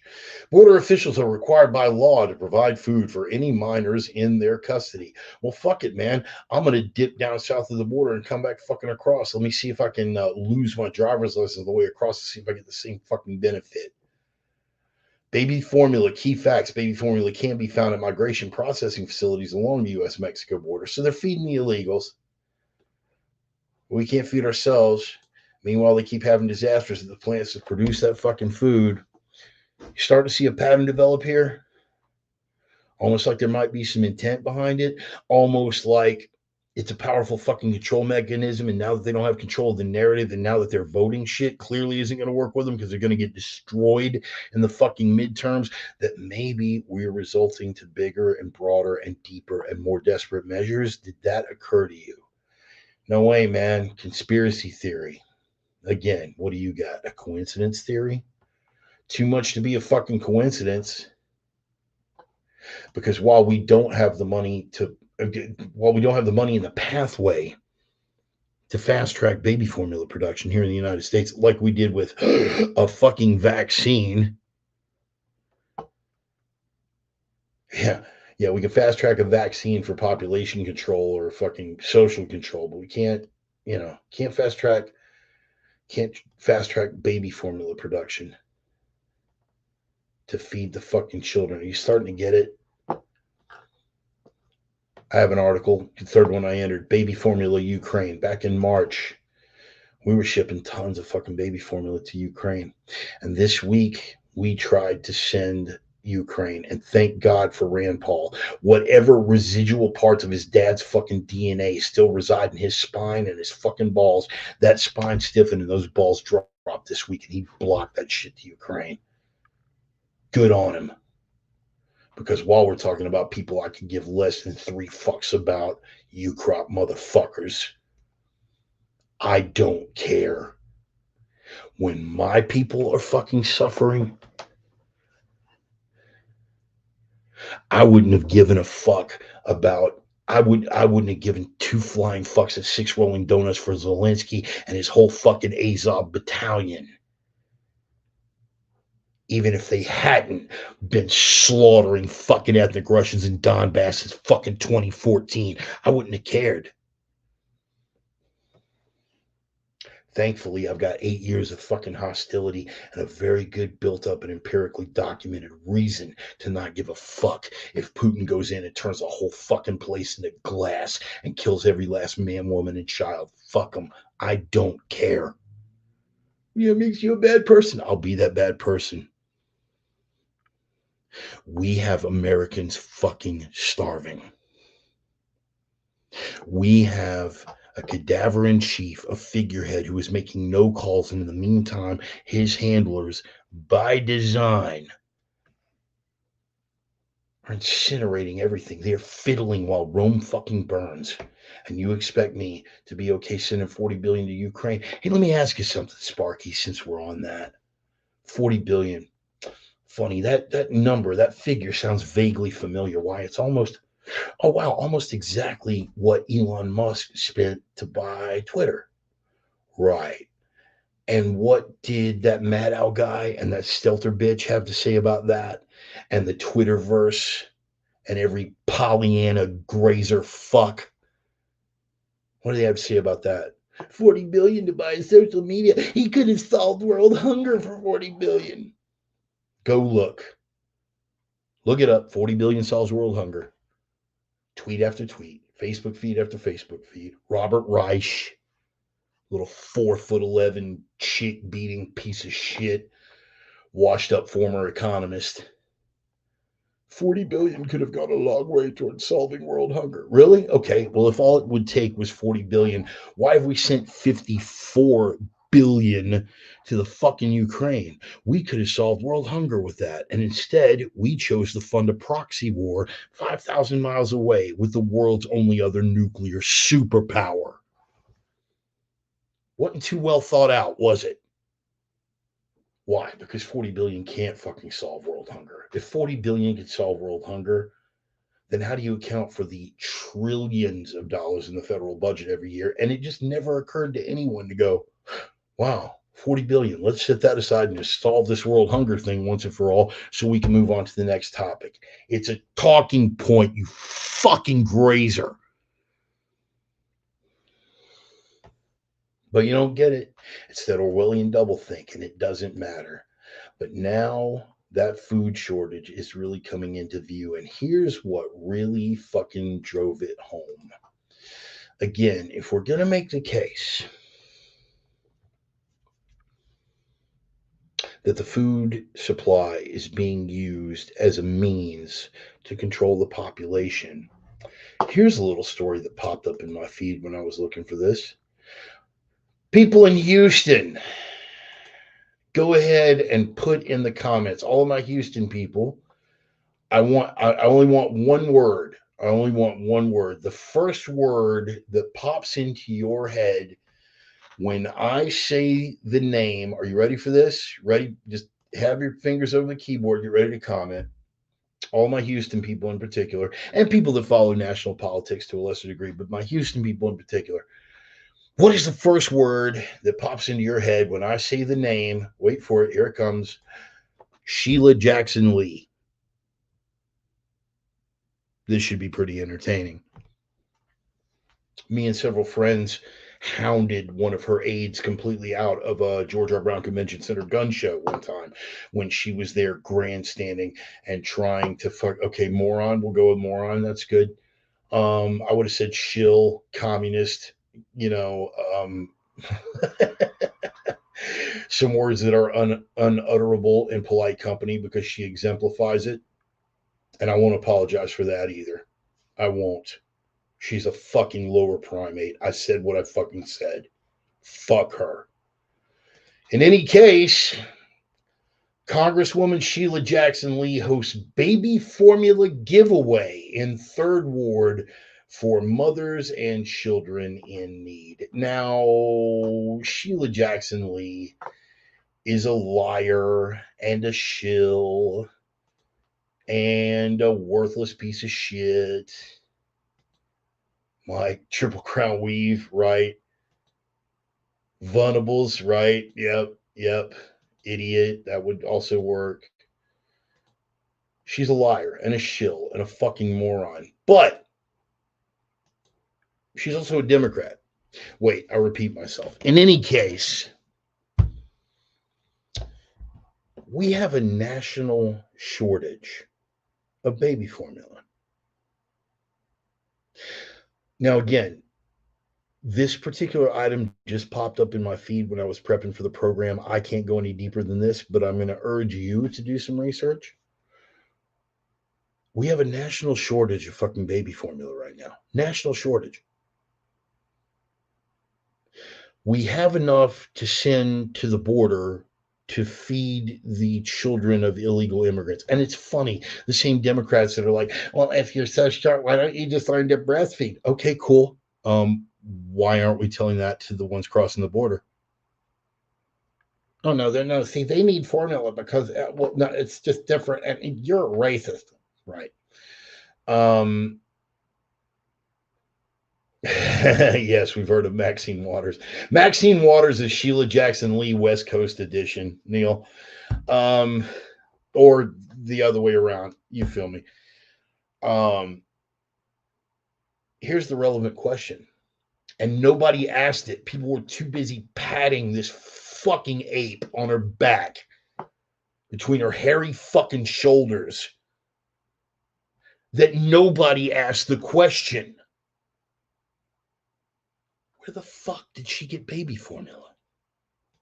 We are in a national fucking shortage, but we got enough to send to Ukraine. We got enough to send to the border. And somehow Sheila Jackson Lee has enough to have a giveaway in her district in Third Ward. Now, you want a theory? And again, just a theory. I haven't had a chance to do a deep dive and dig any deeper on this. This article popped up as I was prepping for the sermon tonight. But how much you want to bet that Sheila Jackson Lee is not the only Democratic representative in an at-risk district that could be losing her seat in the red tsunami we're about to experience in the midterms, that suddenly managed to come into this shit pile of fucking baby formula to give away to her poor constituents just when they really, really need it? What are the odds? I bet you look into it. Look at Chicago, look at Philadelphia, look at some of the larger cities, particularly along the eastern seaboard. I guarantee you this is not the only one. Why? It's an Al Capone tactic. You feed the poor, you give them what they want, you get their fucking loyalty. And the Democrats desperately need it with the black community right now because they took it for granted for that goddamn long. And now that brown is the new black and the border's fucking wide open, they don't need that racial demographic anymore. And black America is starting to figure out, holy fuck, we got played. This last election, where our cadaver in chief suddenly got 81 million votes. First of all, how the fuck did that happen? But more to the point, how did it happen when Darth Cheeto got more of the black and Hispanic vote than any Republican candidate in the last 30 fucking years? Numbers don't add up. Believe what you want about that. Conspiracy theory. Okay. But here's something that isn't a conspiracy theory, and this is what I'm talking about, the full spectrum, big picture on the food shortage issue. Guess what other shortage is coming your way right now? G-Dub, are you still here? G-Dub, are you still here? Because I need you right now, buddy. Right now, G-Dub, if you are still watching, I need you to chime in. What are we getting ready to run short of? Already planting the news stories in the fucking pipeline. Speaking of pipelines, they're already talking about it on the East Coast. What are we getting ready to run into massive fucking shortages of? I'll give you a hint. What is at its highest price? I'm not talking about gasoline. What is at its highest price that it's ever fucking been in the United States of America? And we're getting ready to run shortages of it. You're on the right track with fuel, but it's not gasoline, diesel. You were going to find out really fucking quickly that this unbelievably complex society, that the glories of Western civilization and all of our higher intellectual constructs have given us, you are about to realize that it doesn't run on wind, solar, or trans rights issues. This fucker runs on diesel. What gets goods to market? How do goods move? Most of the grazer horde haven't really thought about it, particularly on the Eastern Seaboard, particularly in the cities, particularly in districts that consistently vote Democratic. They're not very bright. They don't, as much as they like to slag on the ignorance of the deplorables, study after study after study, these people have no fucking idea what actually makes things run. How do goods get to market? By truck, and by train. What do trucks and trains run on? Diesel. What are we getting ready to have shortages of that they're already preparing us for? Diesel. So we're already short on food production, and now we're going to be short on food transportation. So, what do you suppose the real big picture is here? Oh, Bart, it's a coincidence. We don't fucking control that. I mean, Biden just released hundreds of millions of barrels from the U.S. strategic oil reserves. I want you to look this up from April the 18th of 2022 because I guarantee you missed it. You ready for this? Here's your words. This is your code word, your search word for Google. Not exactly a bastion of far right propaganda, is it? No, it's Google. Here's your search word: strategic reserve oil shipped overseas. Because the first result that it's going to pull down from you is from fucking Bloomberg. Oil from U.S. strategic reserve heads for Europe amid global crisis. Yeah, when the cadaver in chief was up there reading his teleprompter, we're releasing 118 million barrels from the strategic petroleum reserve.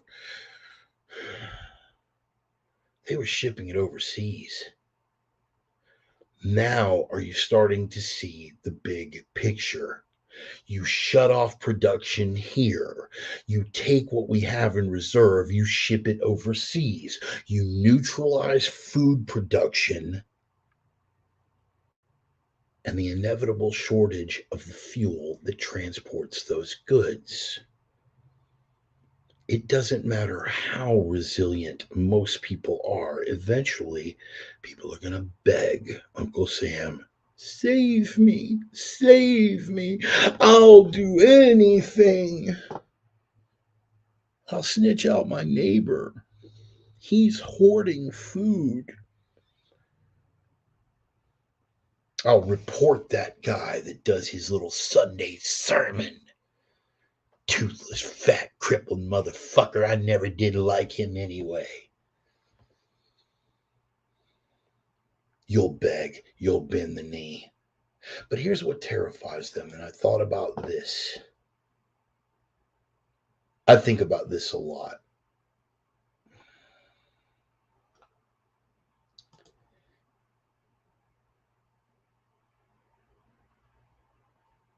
I'm pondering whether to save this point. No, I'm going to do it now, and then we'll do it. Fuck the non sequitur. We're talking here. We're sitting around the table having a fucking discussion, okay? I'm in a little town in Central Oregon of 11,000 people. I am surrounded by small town people and by workers, blue collar workers who have traveled from all over the country to come here and work on this fucking project. I drive through this little town and I think to myself, this is real America. Unassuming people, homophobes, hatred. There's a little gay kid that works at the fucking local coffee house. He flirts with me. Makes a really mean peanut butter mocha, too. Nobody's hating on anybody here. Local businesses are the places that get people's money, not the chains that are here.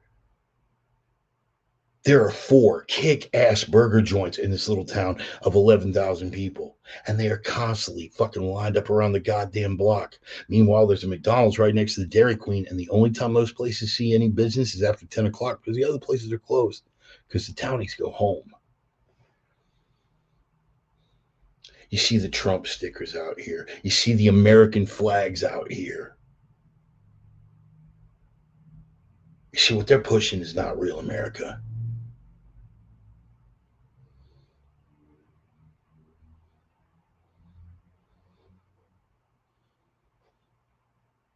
You know what? I'm gonna bring it home. I'm gonna bring it fucking home right now because this is a salient point.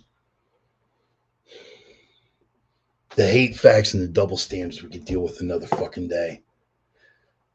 This is real America that I'm living in right now. We are the ones that make it run. The trucks that come through here, the truck drivers that live here that park the rigs in front of their house and do long haul. That's who makes this fucking country run.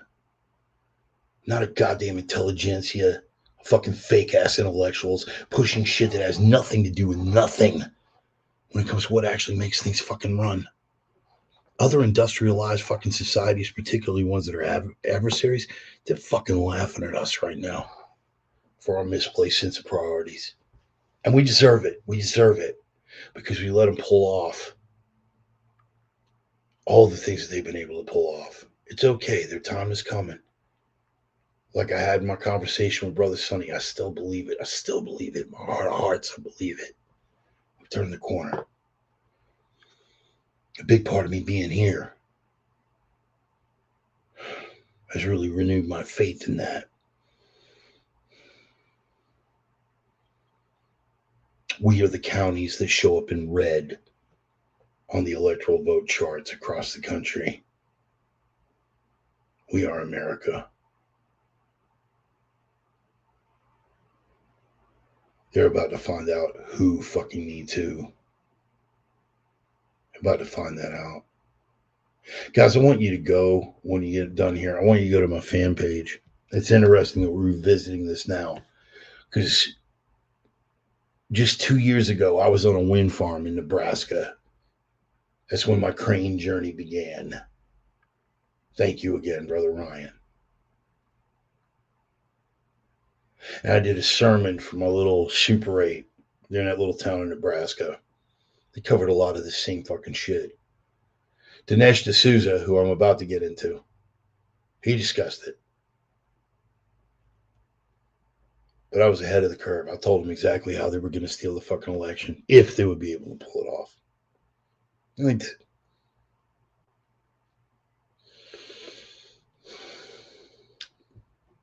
But, excellent point, Kevin. All farm equipment runs on diesel. Fuck you, Dennis.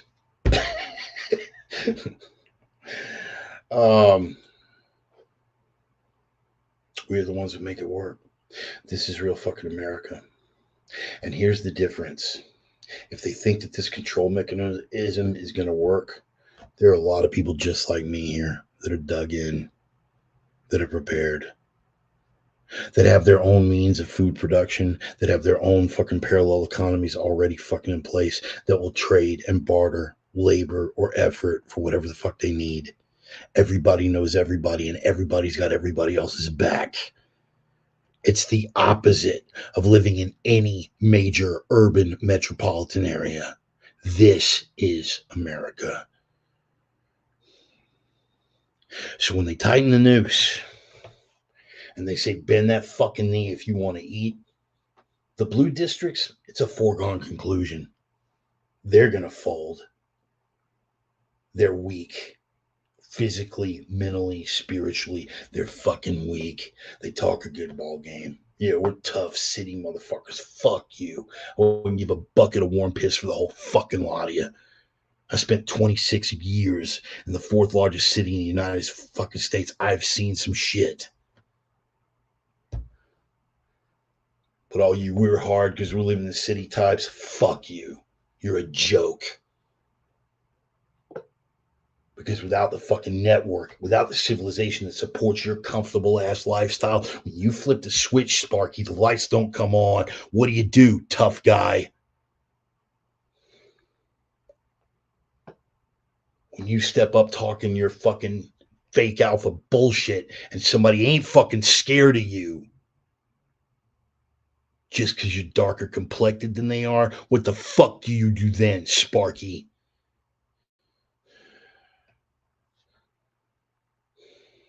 So don't get to thinking that we're taken for granted. You motherfuckers are in for a real goddamn rude awakening. Last thing I want to get into, last two things that I want to get into. Lies, damn lies, and fact checks. And I touched on the fact check thing a little bit. But in the wake of that, speaking of, if they want to divide people by fucking race, what better way to do it than a false flag event in fucking Buffalo? Did I call it a false flag? I can't verify that it's a fucking false flag, but it is kind of odd, don't you think? Have you seen the video? Sonny, if you're still here, have you seen the video? Because I have. How old did they say that kid was? Running through with an AR-15.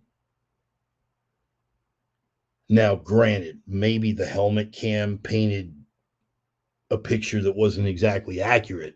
But speaking of accurate, this fucking kid was accurate. He was scoring hits. And that mag swap was fucking pristine. Now, again, this is all from a helmet cam. Maybe it looked cleaner than it actually was. But then the kid pulls this off and turns around and surrenders. He's on Stormfront posting the 14 fucking words and shooting random white people. The FBI has known about this kid for 14 fucking years. He threatened to shoot up a school just last year, and yet he was able to acquire not just a gun.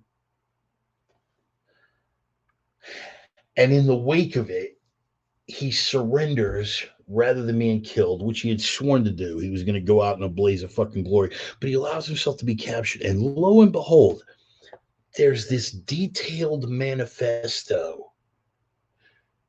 Read that manifesto. It's a practical wish list for the Biden DOJ. It's a gimme to anyone who wants to regulate guns, to anyone who wants to regulate gun parts, to anyone who wants to regulate dialogue on the internet. And I watched the press conference. Buffalo mayor, this cunt.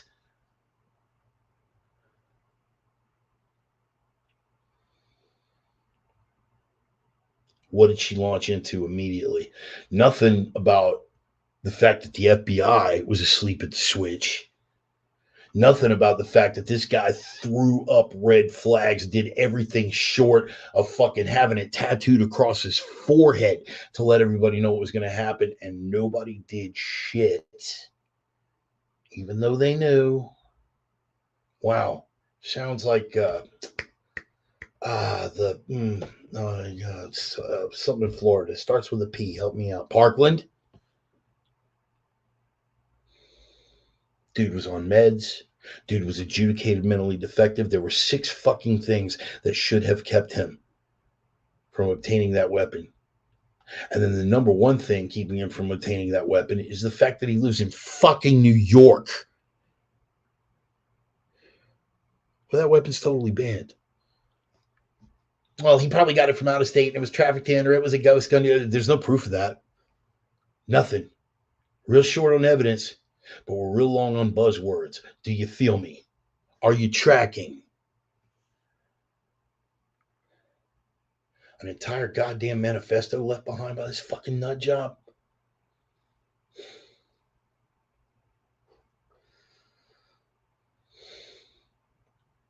A manifesto that reads like a wish list for the Biden DOJ. The mayor, the first thing she says, doesn't address the FBI, doesn't address the failure of local law enforcement, doesn't say anything about the parents, families, or any of that. First 2 things she addressed, the gun and social media. And it was almost like a recitation of pre-planned talking points on that social media tip. All of these people engaging in hate speech, and maybe they didn't want to engage in hate speech, but they were radicalized by things that they saw on the internet because the dialogue is unregulated. Wow. Almost like the whole fucking thing was planned.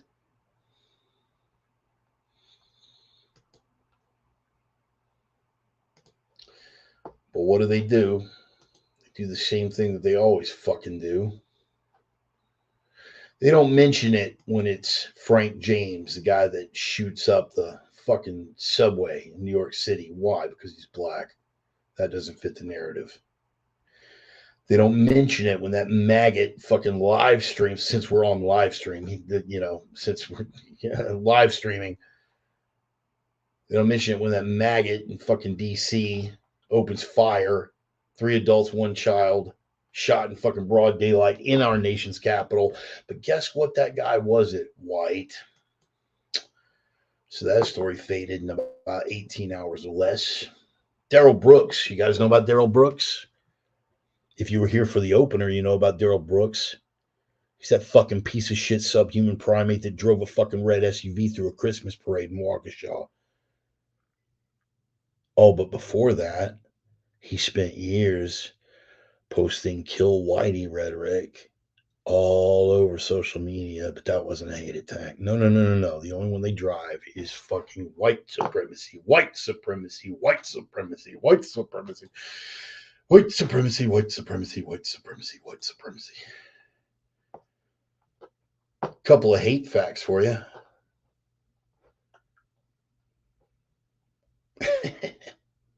You're going to love this. You're going to love this. This is where I get into lies, damn lies, and fact checks. I'm going to save this for the very end. Here's some fact checking for you. 2 things I want to address really quick. I want you to look into, and we're going to deal with this next week, a little preview of what we're going to get into next week. The Pandemic Pact for the World Health Organization. We are going to cover that in depth next week. Right now, I have 2 things, 2 final bullet points that I want to get into with you, and then I'm going to leave you with that. 2,000 Mules, since we're talking about lies, damn lies, and fact checks. 2,000 Mules. I've seen it now. I didn't comment on it last week because I had not seen it. I do my level best to refrain from commenting about shit that I don't know anything about. That's what separates me from a Democrat. So I saw it. I will say this, and this is purely personal. I do not believe that Dinesh made the case mathematically that conclusively proves that the election was 100% absolutely stolen. I do not believe he made that case. I'm very specific in my wording. I'm not finished. You should see the film. Because while I don't think that he makes the necessary numerical case across the board, the numbers were too divergent, too disparate.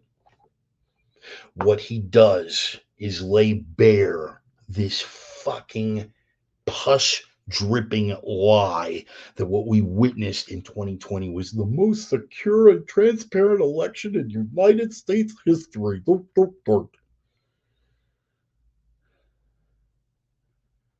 There was no evidence of fraud. I told you then that that was bullshit. Dinesh definitely proves it. Absolutely proves it. But again, lies, damn lies, and fact checks. The fact checkers have been all over this. It's so fucking transparent.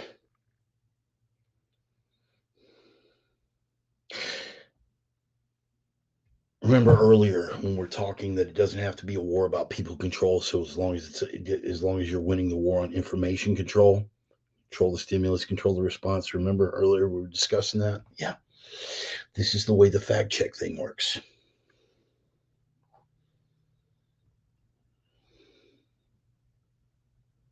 They know they can't control it anymore. They will try to debunk it. They will try to do whatever they say, but it's Orwellian doublethink across the fucking board. On the one hand, they know good and well that there was a Supreme Court decision handed down that law enforcement could not use cell phone data to track suspects because it was too intrusive and because, and I quote from the Supreme Court decision, that it was too accurate, that basically it was the equivalent of putting an ankle monitor on someone without getting a warrant to do so. The ACLU won a criminal court case, and now the same ACLU is trying to work with the fact checkers on 2,000 Mules to say that, oh, none of this evidence really counts because it was all cell phone tracking data. We know that's not accurate.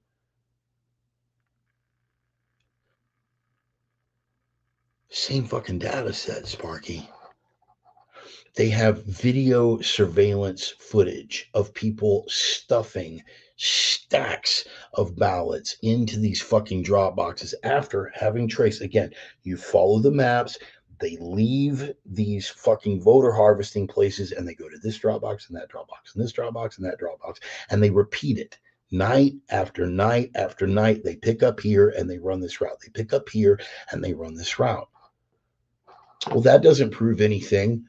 Okay, so we add the video surveillance footage that shows these exact individuals stuffing stacks of ballots into these drop boxes. Well, that doesn't prove anything. It could be a family vote. Okay, they could be stuffing their entire family's ballots in over the course of 4 fucking nights with 4 separate families, and every one of these drops is between 1:30 and 4:30 a.m. Totally makes sense, doesn't it? Well, I mean, you can't prove that that's really no, you really can't fucking prove anything. But why would they be wearing gloves? Well, it's November and it's very cold outside in Atlanta. Oh, okay, but even assuming, let me be a little more specific. It's cold, so they're wearing gloves. It's cold, but why are they wearing blue surgical gloves? Well, stuffing these boxes, and then because it's so fucking cold. Same people, by the way, surgical gloves and a short sleeve shirt. They stuff the ballot box and then they pull off their blue surgical gloves and throw them in a nearby trash can. Guess they weren't cold anymore. This is how fact checkers work. Do you understand this? This is fucking intellectual gymnastics. And I will be, again, I want to be abundantly clear on this. I don't think Dinesh made the case numerically that it was absolutely stolen. But he damn sure drove home the point that if you're saying it was the most transparent election in U.S. history and that there was no evidence of malfeasance, you're not ignorant at this point. You are a fucking liar. And liars, I will not fucking abide.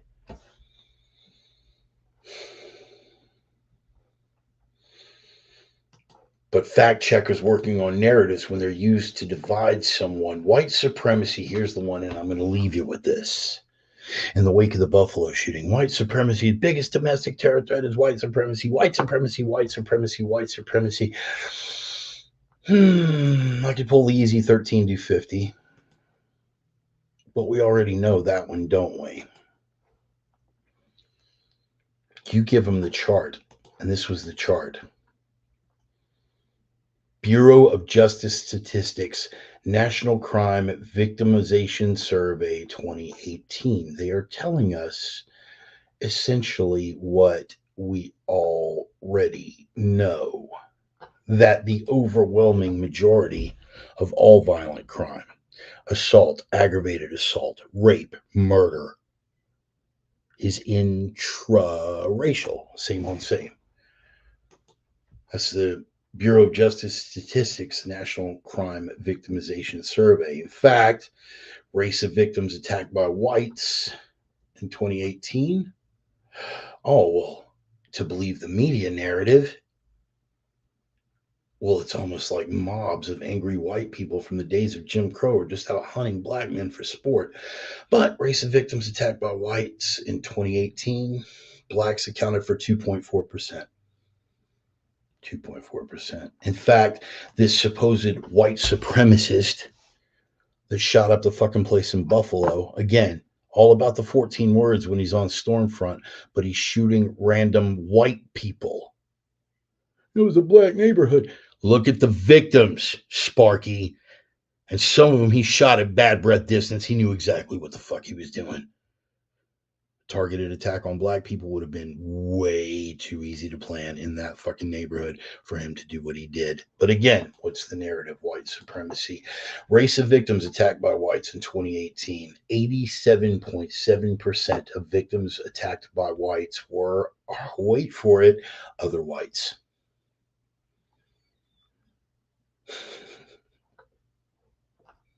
Blacks accounted for 2.4%.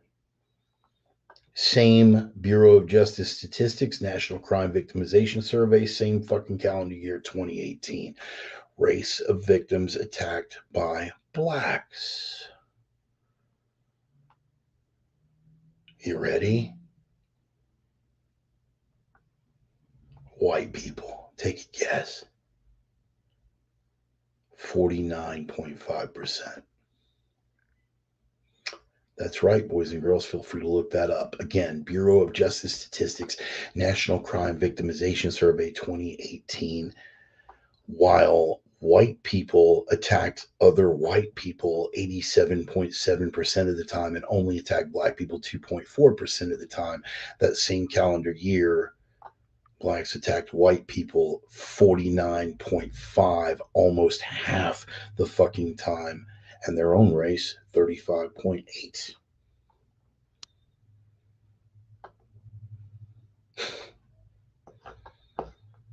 I won't get into Hispanics and Asians because Hispanics are taken for granted as Democratic voters and Asians don't fucking matter to leftists. Because when black people are killing them, well, it must have been white supremacy.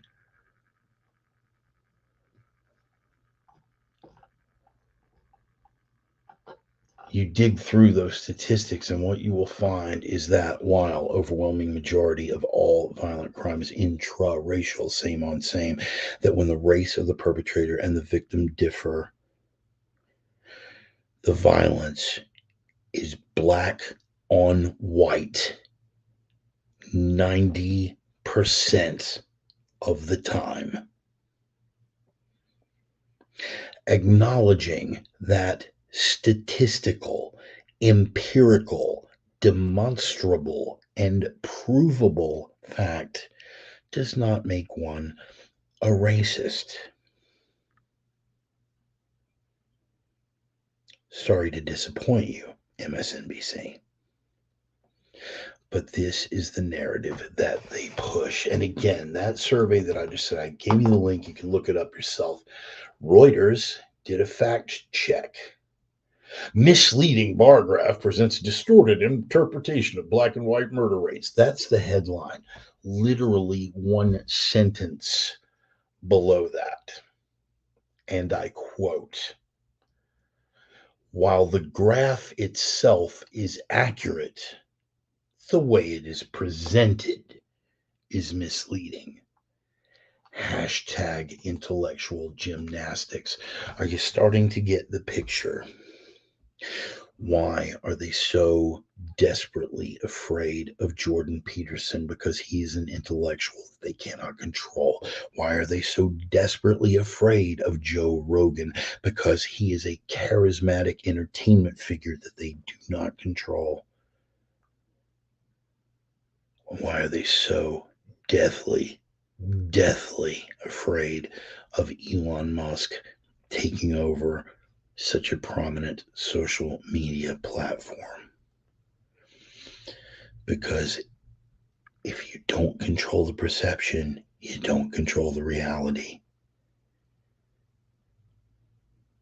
Tim Pool is very fond of bringing up a statistic. Any unmediated, unregulated, unmoderated platform, as long as those conditions exist, any unmoderated platform ultimately becomes right wing. Why? Because of the way they have defined right wing, the shift in the Overton window, and the fact that our values align more with the truth, that we can look at things that are unpleasant to behold unflinchingly and call it what it is without having to dress it up in intellectual gymnastics and point at the other side and say racist. But there's no negotiating with people that want you dead. And these people have made that fucking evident. For what? Pale complexion?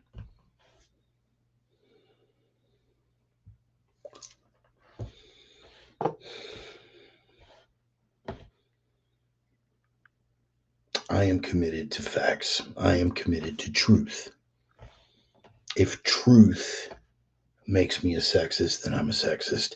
If truth, demonstrable, provable truth, make me a misogynist, then I'm a misogynist.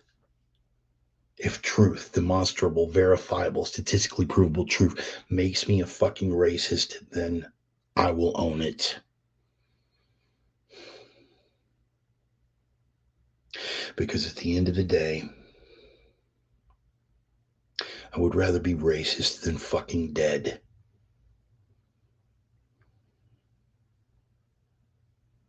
I make no apologies for that.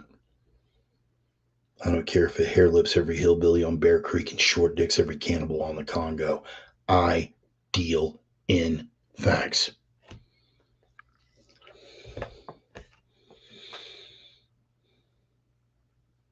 Being able to deal with that and flinching with it has cost me a lot. But I would gladly pay that price again 10 times over. But what I want you to come away with is this, that when Bongino brings this up a lot, when they are bringing the fact checkers out, it's almost certain that it happened exactly the way they're saying it didn't happen. But as I said in the opener, and I maintain to this day, when they are telling you that they are a ministry of truth, you can rest assured that every word that oozes from their pus-dripping maw is a lie.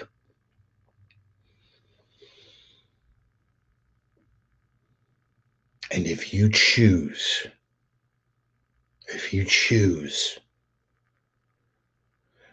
to let a state, any state, be the arbiter of your truth, if you choose to let an individual, any individual, that Maddow guy or that fucking Tucker Carlson, anybody, when you abandon critical thought, abdicate your responsibility for analysis, there lies the road to ruin. Many people are already well down that road. I suggest that we take a step off, that we fortify our positions, and make truth, factual, provable, statistical, empirical, demonstrable truth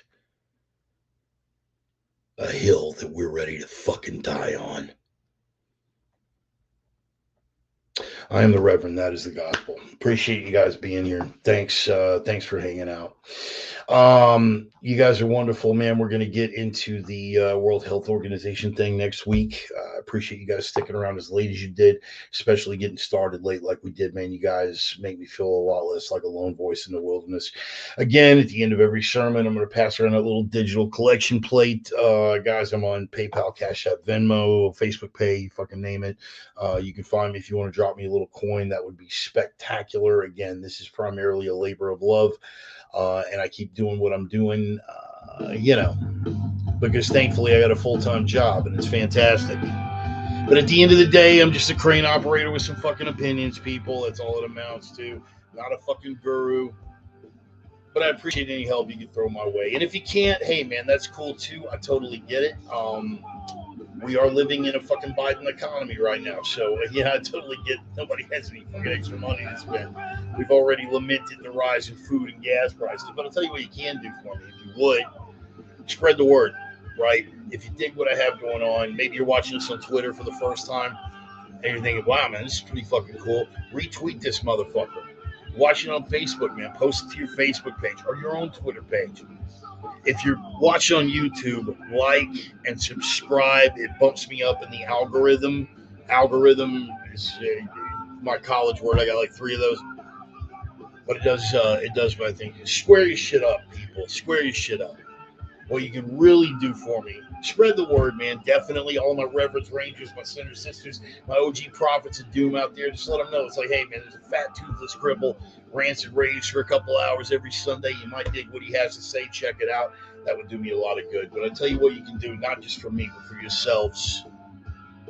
As we get back to the prime directives, people, be that signal. They will try to bury you in the noise. Be the signal in a world full of fucking noise. They'll try to bury you in the fucking darkness. You got to be that light, man. Be that light in a world full of darkness.